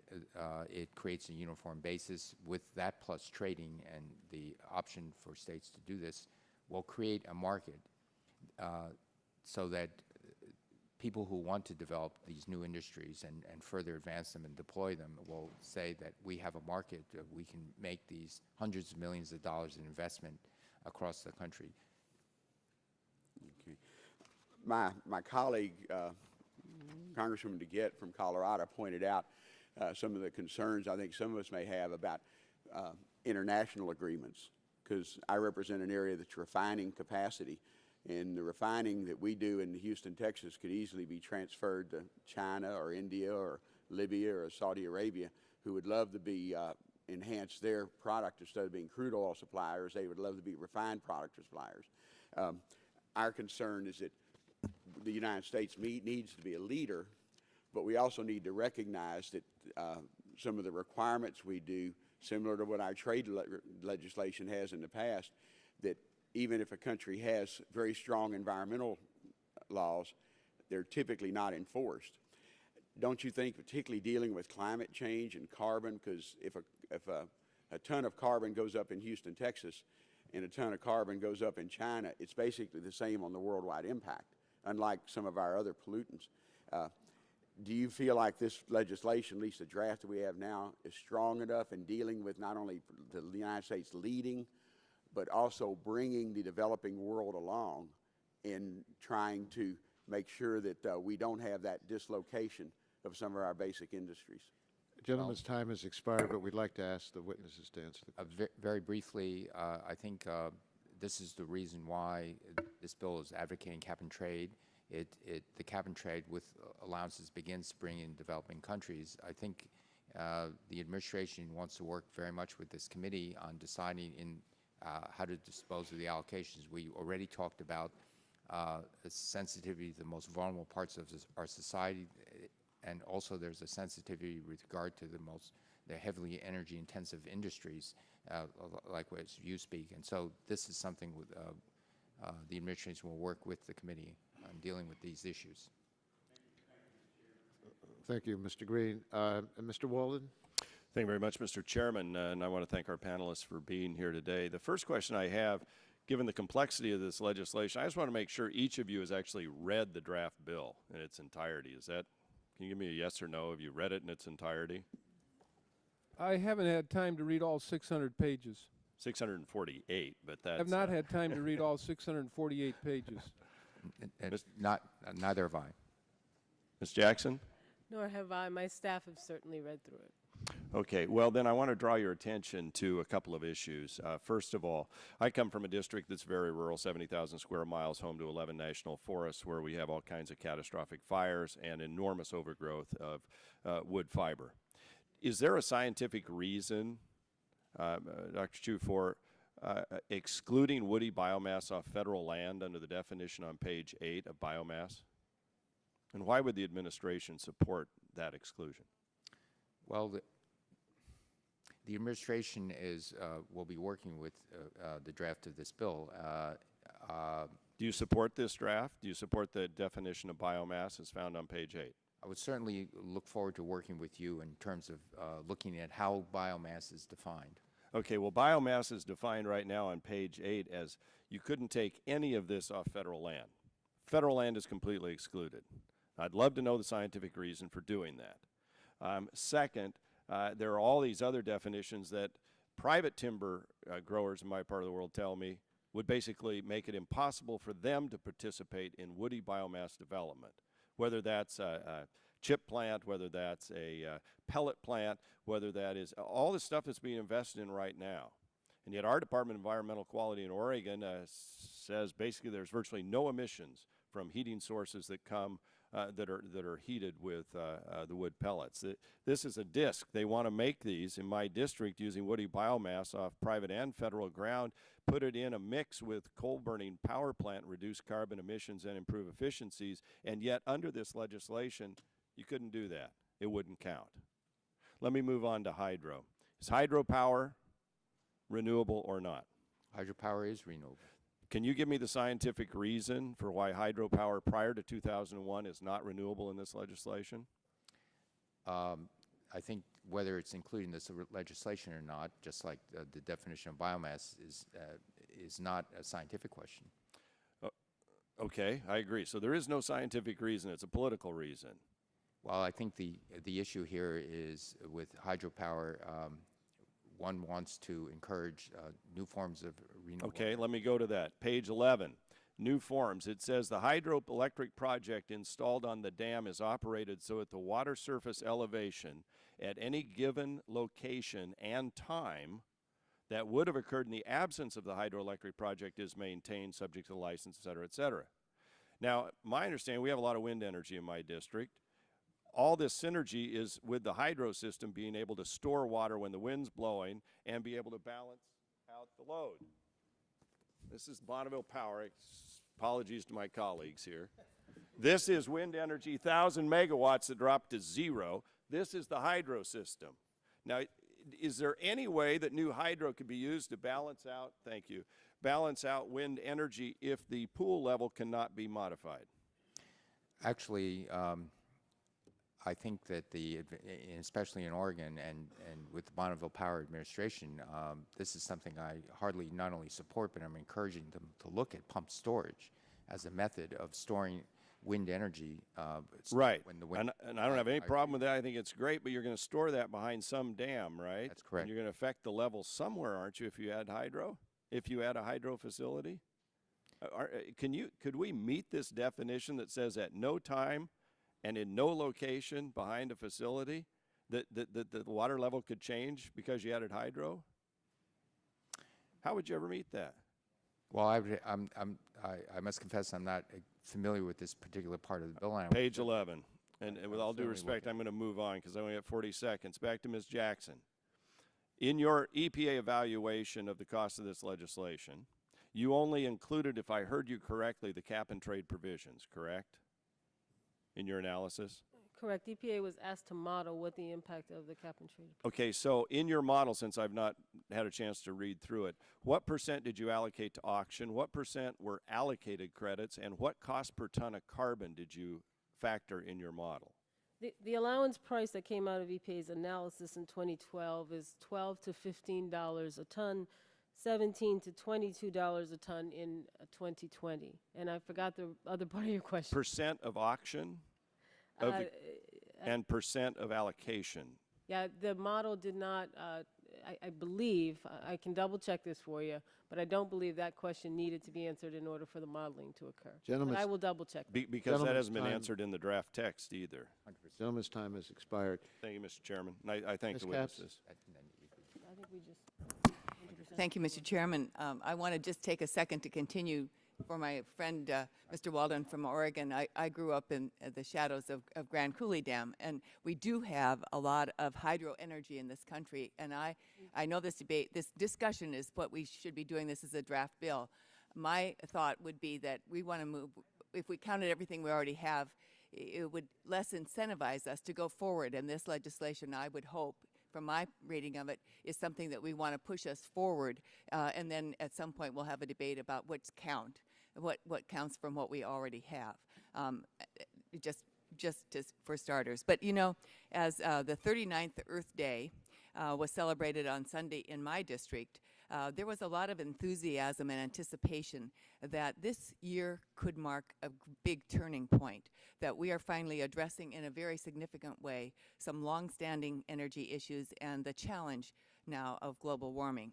A question quickly for each of the three of you. Secretary Chu, one of the important features of the discussion draft is that it is a very comprehensive approach to our energy problems. We have one title devoted to clean energy, deployment which will help us win the race against China and other countries to establish leadership in clean energy technology. Title 2 on energy efficiency, a huge title also, and a whole Title 3 that sets up a system to reduce global warming pollution and hold energy companies accountable. And finally, a title seeking to protect consumers as well as our industries as we transition to this new energy policy, huge shift in the 21st century.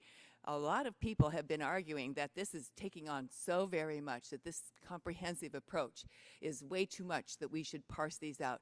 Can you give us a brief but compelling reason why it's important to address these in a comprehensive way? I think it's because, again, going back to what the President has said, we've been doing this piecemeal for decades. And quite frankly, it's time, because there are going to be trade-offs here, there, everywhere, and so I commend this committee and the chairman on actually moving forward with a comprehensive bill. This is what the country needs. Thank you very much. Administrator Jackson, the recent endangerment finding is showing that greenhouse gases indeed do threaten the public's health and welfare.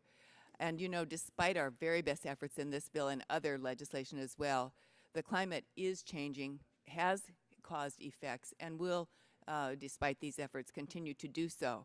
And that is why I'm a public health nurse by background, and I'm committed, along with you and others, to ensuring that this legislation helps the American public and also helps developing countries adapt to the public health impacts of climate change.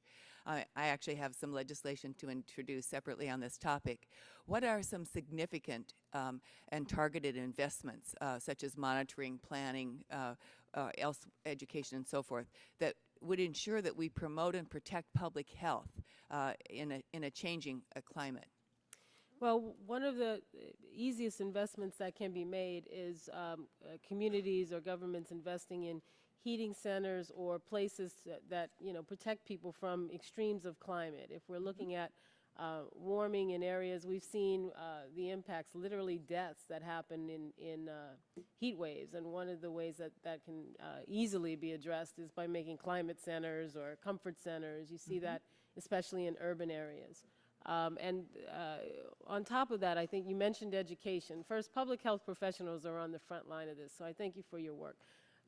And you know, educating people about how to deal with changes in the climate and how to, if they have health effects that are going to be exacerbated by that, how to be aware and alert. Not unlike what we do with ozone alert days, making them understand what's coming so that they can take care of themselves is probably one of the first ways to keep you from having to take care of them.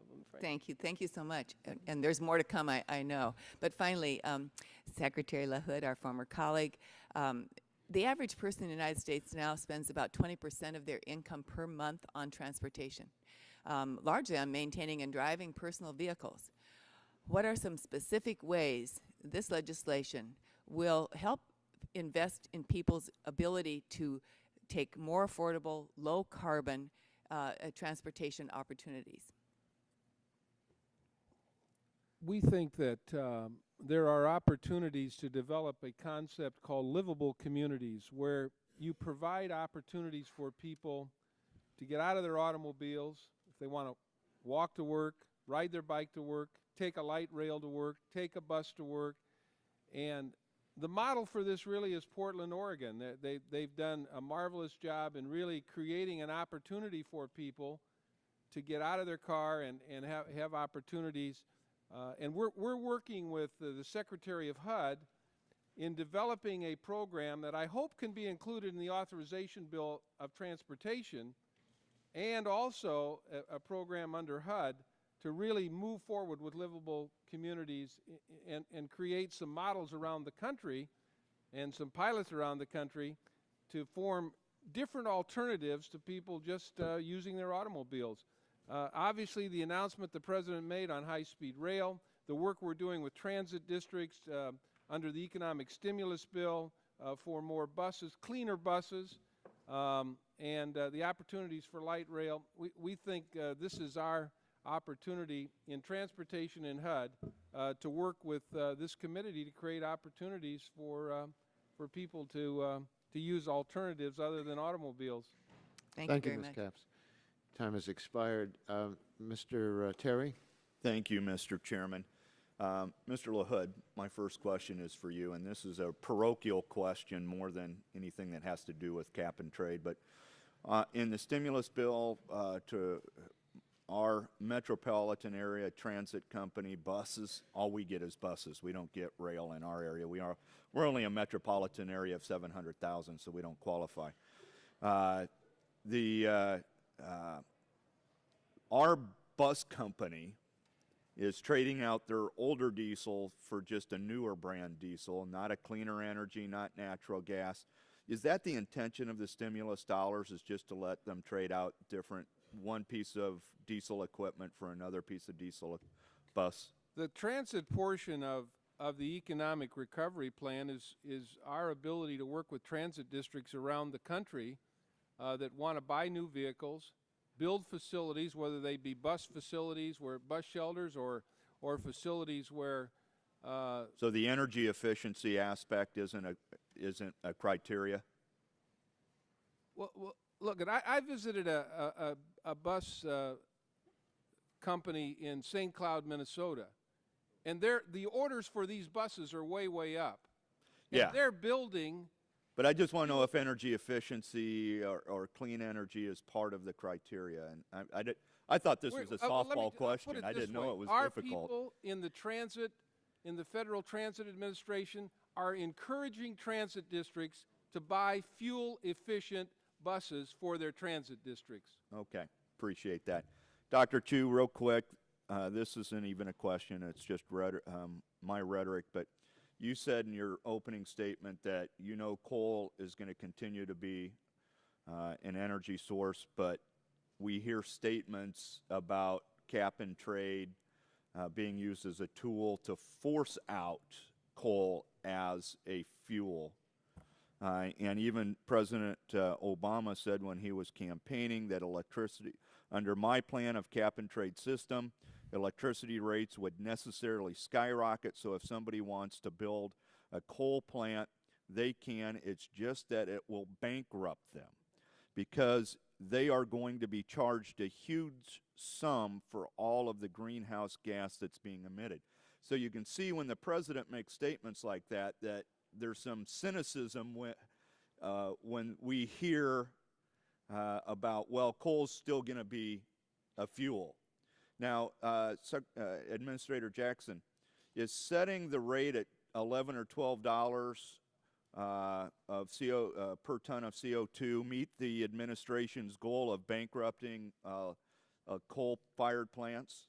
Does that meet their goal? The administration has no goal that is nefarious for coal. The president is on TV in ads. I see him talking about clean coal and how clean coal is crucial not only for the environment, but to create jobs and make coal, which is right now 50% I'm going to interrupt you because I only have a minute 45.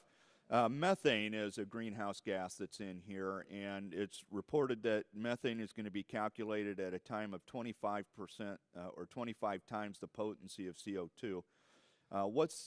Can you point me to a scientific study that says methane is 20 times or 25 times more potent than CO2 as a greenhouse gas? I'd be happy to give you scientific backup for that statement. I would appreciate that. Last, in regard to methane, what industry do we have in the United States that has to worry about methane emissions? Well, methane is natural gas, CH4. So the natural gas industry, obviously, if any leaks, and in many states, addressing leakage from natural gas pipelines is one very quick and important way. The other are landfills, landfill gases in our country. As food waste decays, as organic waste decays, it makes methane. And previously that's been vetted. What's the largest emitter of methane gas in the United States? Probably cows. May well be livestock. Livestock. Yeah, welcome to Nebraska, the cattle state, okay? Is it then the EPA's plan to start regulating the methane from cattle emissions? EPA has no plans to regulate cattle emissions of any. But there's nothing in this bill that exempts cattle. This bill takes regulation of greenhouse gases for sources into this bill away from the Clean Air Act, and it's the Clean Air Act threat where people have spun these ridiculous notions of EPA taxing cows or regulating. Well, that's been stated by publicly elected officials from Congress, so it's not spun stories. Well, but the point is about if nothing is in this bill that exempts the cattle industry, won't cattle have to be regulated? I do believe that I do believe there is an exemption, but I will check on that. Obviously, this discussion draft is meant to make sure those interests are protected. Just on that point, for the gentleman's information, only very large sources are covered by this, and there's a specific exemption for what would be considered cattle. We now go to Ms. Harmon. Thank you, Mr. Chairman. I recall in the last century when Ray LaHood and I had offices next to each other in the back of the Cannon office building. Mine, at least, was contiguous space. His was divided by some kind of construction barrier. My guess is that his digs have improved. I'd like to welcome this panel and say how impressed I am by your credentials and experience on this issue. You can play a big role in guiding us, helping us, and helping the administration to fashion the right legislation, the right comprehensive legislation on climate change. I want to hold up my regular prop, which is the U.S. CAP Blueprint for Legislative Action. U.S. CAP is testifying in the next panel, but I want to say how impressed I am that a diverse group of industry and environmental representatives has developed a consensus on basic principles, and then how impressed I am that this committee has used this as the basis for the bill. I just want to ask you briefly to comment on whether you agree that U.S. CAP has played an important role here, and whether you agree that these consensus principles, which are not partisan, are a very useful starting point. Let's start with Ray LaHood. I'm going to defer to these other two folks, but I know from discussing this with staff that they have played a very valuable role. Thank you. Dr. Chu.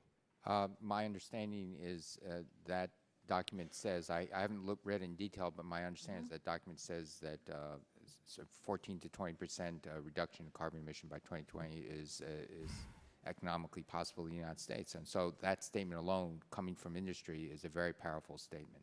Secretary Jackson. I certainly agree with my colleagues. Thank you. Now, Dr. Chu, welcome to a fellow Californian. Your experience in California is very valuable to those of us from California, but I think also to this effort, since California, as everyone here knows, has been the leading state in terms of strict environmental regulation.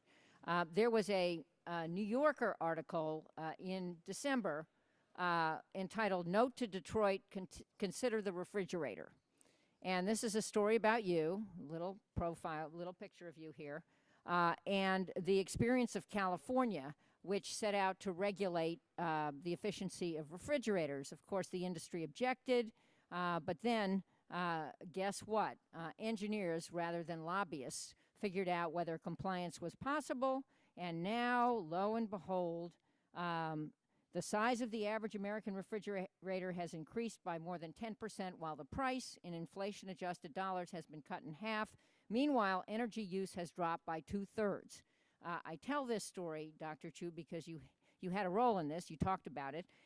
In this bill, in the efficiency sections, we have some new bipartisan standards on regulating the efficiency of outdoor lighting, and we also have a cash for clunkers provision, which would encourage folks to trade in old clunker refrigerators and appliances, trade them in, get rid of them, not plug them in the basement, in exchange for efficient appliances. And I just welcome your thoughts and thoughts by anyone else on the panel about these provisions and the experience that California has had regulating the efficiency of appliances? Well, the refrigerator story is one of several stories, but in fact, the efficiency has gone up so that the present-day refrigerators are using 1/4 of the energy they used in 1975. It was in fact, it was the anticipation of regulations. The regulations didn't start for several years, but as soon as the manufacturers realized that they couldn't go to either party, that both parties in California strongly supported these regulations, the efficiency immediately started improving. The reason the price went down, inflation adjusted by a factor of 2, was because the better insulation and the smaller compressor of the refrigerator led to a reduction in the price. Now, I cannot emphasize how important this was. If you look at the energy saved today, we have roughly 150 million refrigerators. The energy we're saving today relative to the 1974 standards are actually more energy saved than all of the wind and solar energy we're now producing in the United States, just refrigerators alone. And so we can do similar dramatic improvements in building efficiencies, transportation. Building efficiencies can be even a bigger success story than refrigerators. Any other comments? Well, no. I can go on and on. No, I was asking you, the others, Secretary Jackson. I'll let him go on and on.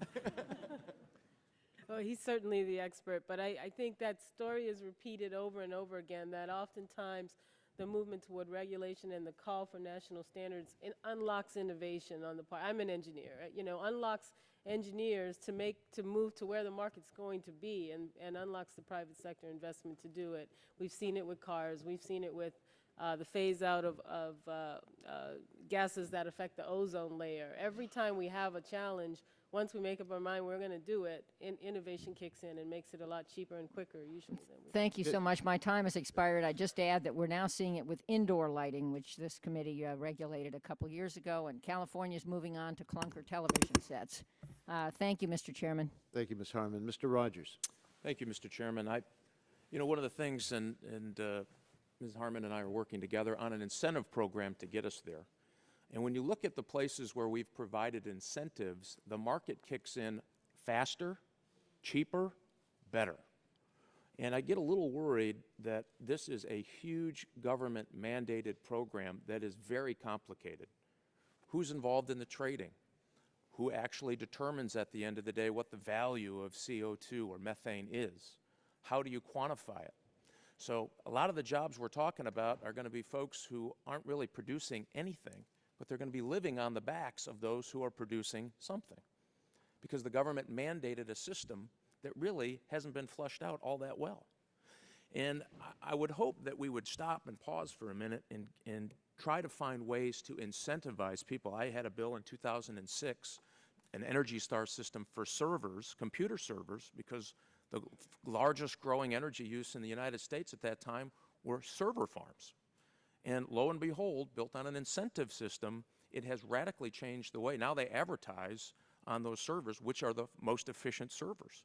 And it changed the way. If you talk to the people in the industry, they say it absolutely changed the way we buy, produce, sell servers.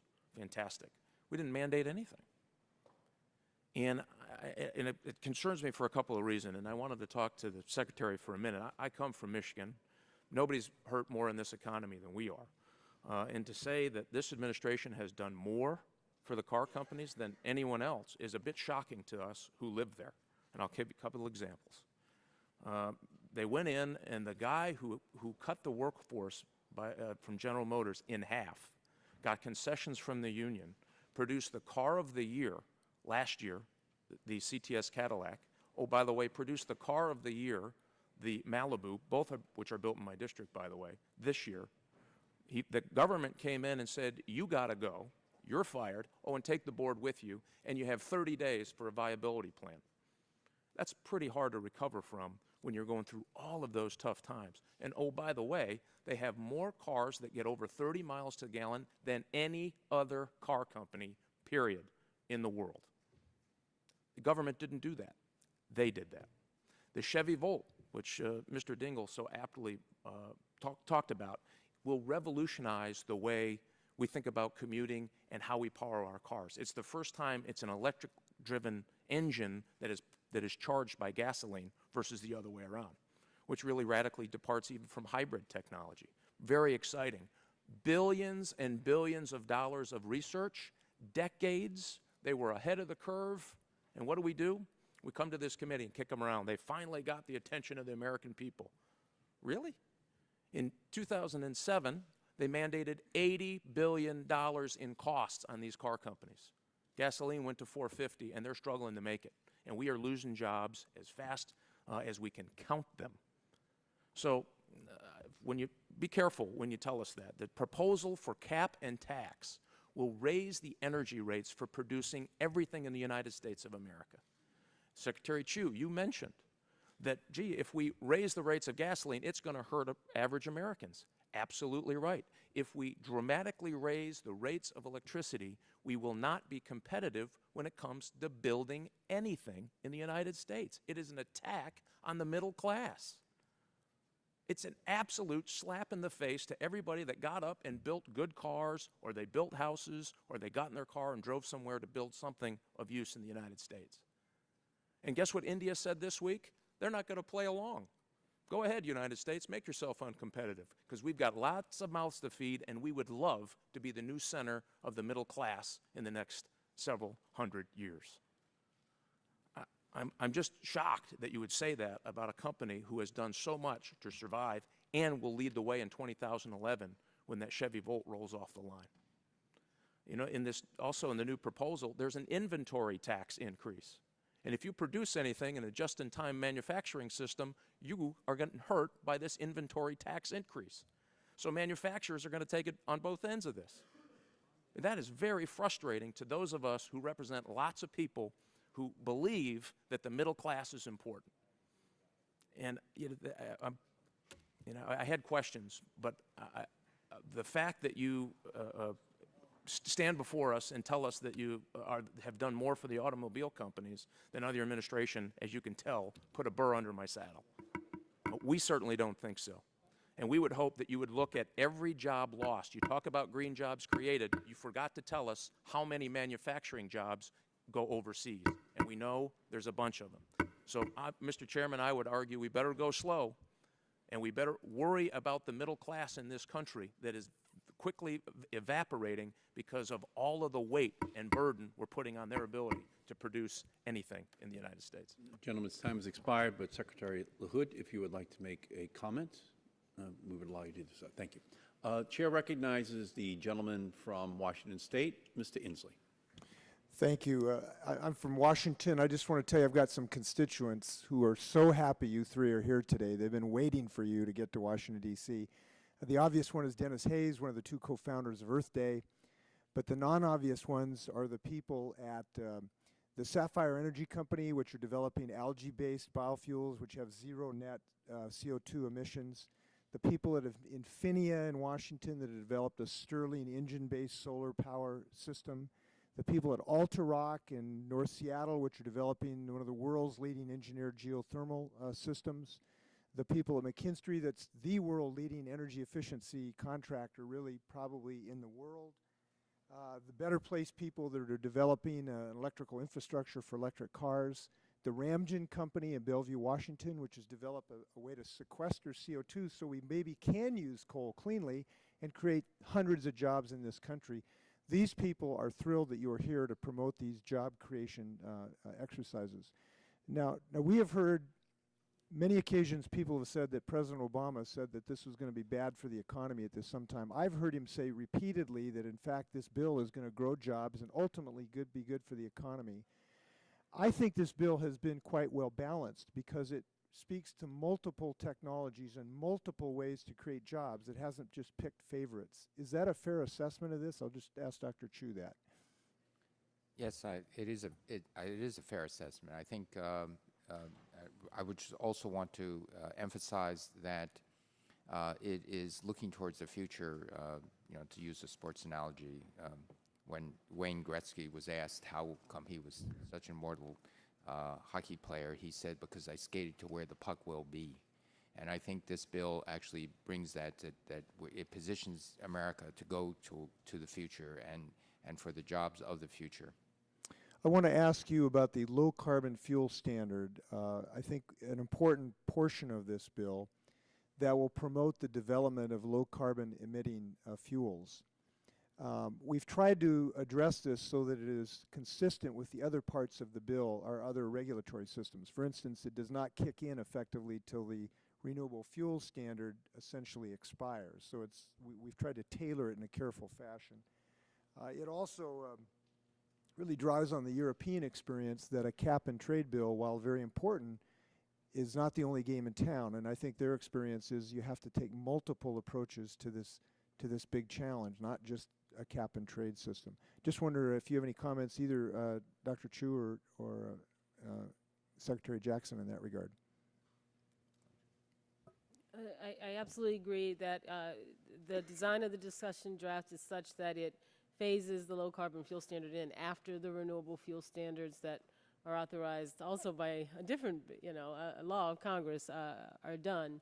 And I could not agree more that experience has shown that the cap and trade program, while an extremely powerful tool to harness the kind of private capital that you just referenced in your opening remarks, and certainly that is the key. The key is to make those who are investing in that green energy future able to do it in a way that they know with certainty that this country is turning its gaze towards that. It makes the private sector full partners in the game, and I think it's part of why U.S. CAP, it's not just the big companies of U.S. CAP who've done extraordinary thinking on this in partnership with NGOs, but also the smaller folks. Thank you. I'll take that as an answer. I do want to ask one more question.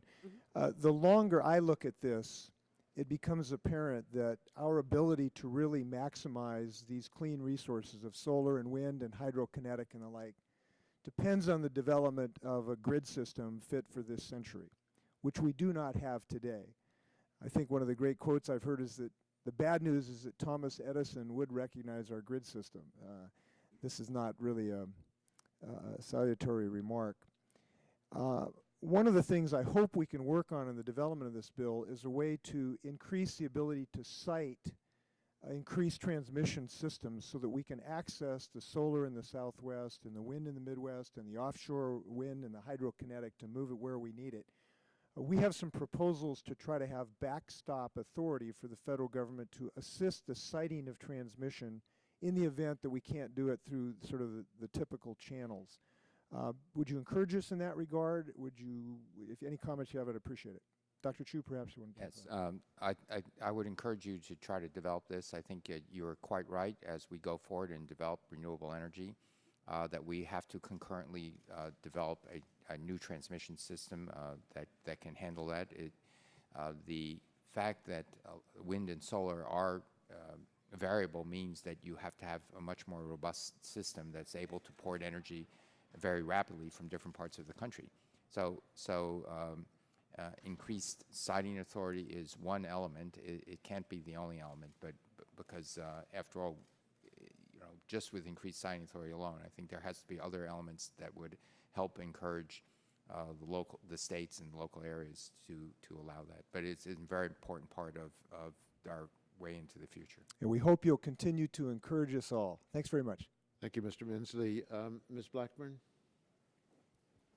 Thank you, Mr. Chairman. Thank you all for your patience this morning.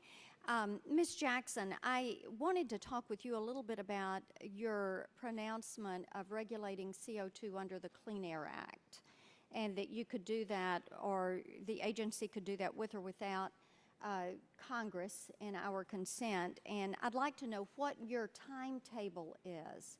How do you see the agency moving forward on that regulation?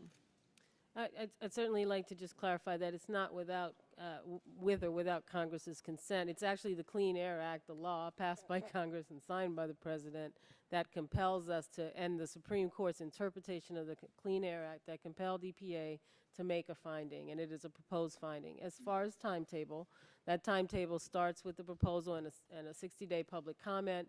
If it is finalized, and presuming it is finalized, regulatory action would proceed after that. The history of the Clean Air Act, which is a good guide, is that proposed regulations under that act take months to propose, and, you know, after that, the process goes. Okay. Let me ask you this then. With whatever emission standard that you use in that, as you go through that period, will sectors of the economy, such as Mr. Terry was talking about farming, and we all have great concerns about farming. Right now, building construction, we have tremendous concerns about that. Are they going to be forced to meet that standard? What do you see coming at us through that?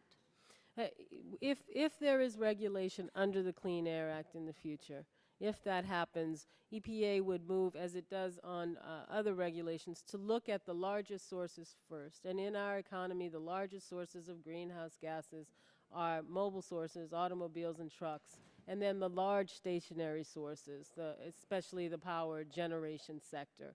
So I think we could expect that if there were regulations, that would be where EPA's first regulatory actions would be. And again, I don't believe we would ever get to the small sources. I think those discussions are really being made to scare people with a very unlikely future instead of focusing on the big issue, which is cars and power generation. So you see it affecting cars. Would you apply that also to this bill? In addition to your actions under the Clean Air, or your proposed actions under the Clean Air Act, would you look at the bill and say the same thing, that you would focus more on the large items such as transportation rather than farming and home construction? Right. Well, as the drafter pointed out, as the chairman pointed out, we are actually, the bill says that regulations would be for those large sources over 25,000. Okay, let me come to Mr. LaHood then.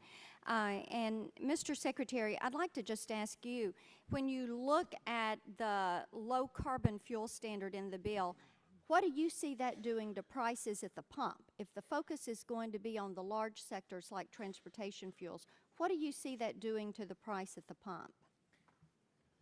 Well, I wouldn't have any idea. I don't know if Dr. Chu would or not. I simply don't know the answer to that. Okay, Dr. Chu, any comment? It will increase the price at the pump, but the other issue is that also in this bill, what we are focusing on is trying to hold transportation costs the same. And so this is also, we're encouraging higher mileage vehicles, things of that nature. And depending on how this committee, working with the administration, works the allocations, the impact on the American people for the total cost of living, we hope to be as moderate as possible. So, in other words, you all see this as increasing the cost to the American consumer, the price at the pump and the price of electric power generation? We see this as shifting costs so that what happens is as we return the allocations back to the American public and to the energy sectors that would be most adversely affected, that the overall cost of living, if you will, which is the essential thing, plus the fact that we're aggressively moving towards higher efficiency cars, higher efficiency homes, that those costs actually can be held constant. Okay. Mr. Chu, let me ask you this about the renewable energy, the 20,000 megawatts of renewable energy that would need to come online every year in order to meet the 2025 deadline at the 25% renewable energy standard. Do you think that that is a realistic goal? Yes, it is. And then how did you come to that conclusion? Well, actually, in the following way, I actually asked the EIA for an analysis several weeks ago, and what we did is we took a baseline of where we saw the baseline going, then we added to it the stimulus, the Economic Recovery Act, which actually accelerates the deployment of renewable energy. You also, in the provision of the bill, there are small power producers. For example, a university that has a cogen plant, a small town. You take those off. You don't want this university to have a renewable portfolio. You take that off the mix from the 25%, it decreases the target by about 3%. Depending on whether efficiency is going to be worked into this bill to take another 5% off, you're now talking about a difference of doing nothing and the 25% target as something on the scale of 5 or 6% additional beyond what the country, what the EIA projects the country doing. So it's actually quite a reasonable bill, in my opinion. Gentlelady's time has expired. Mr.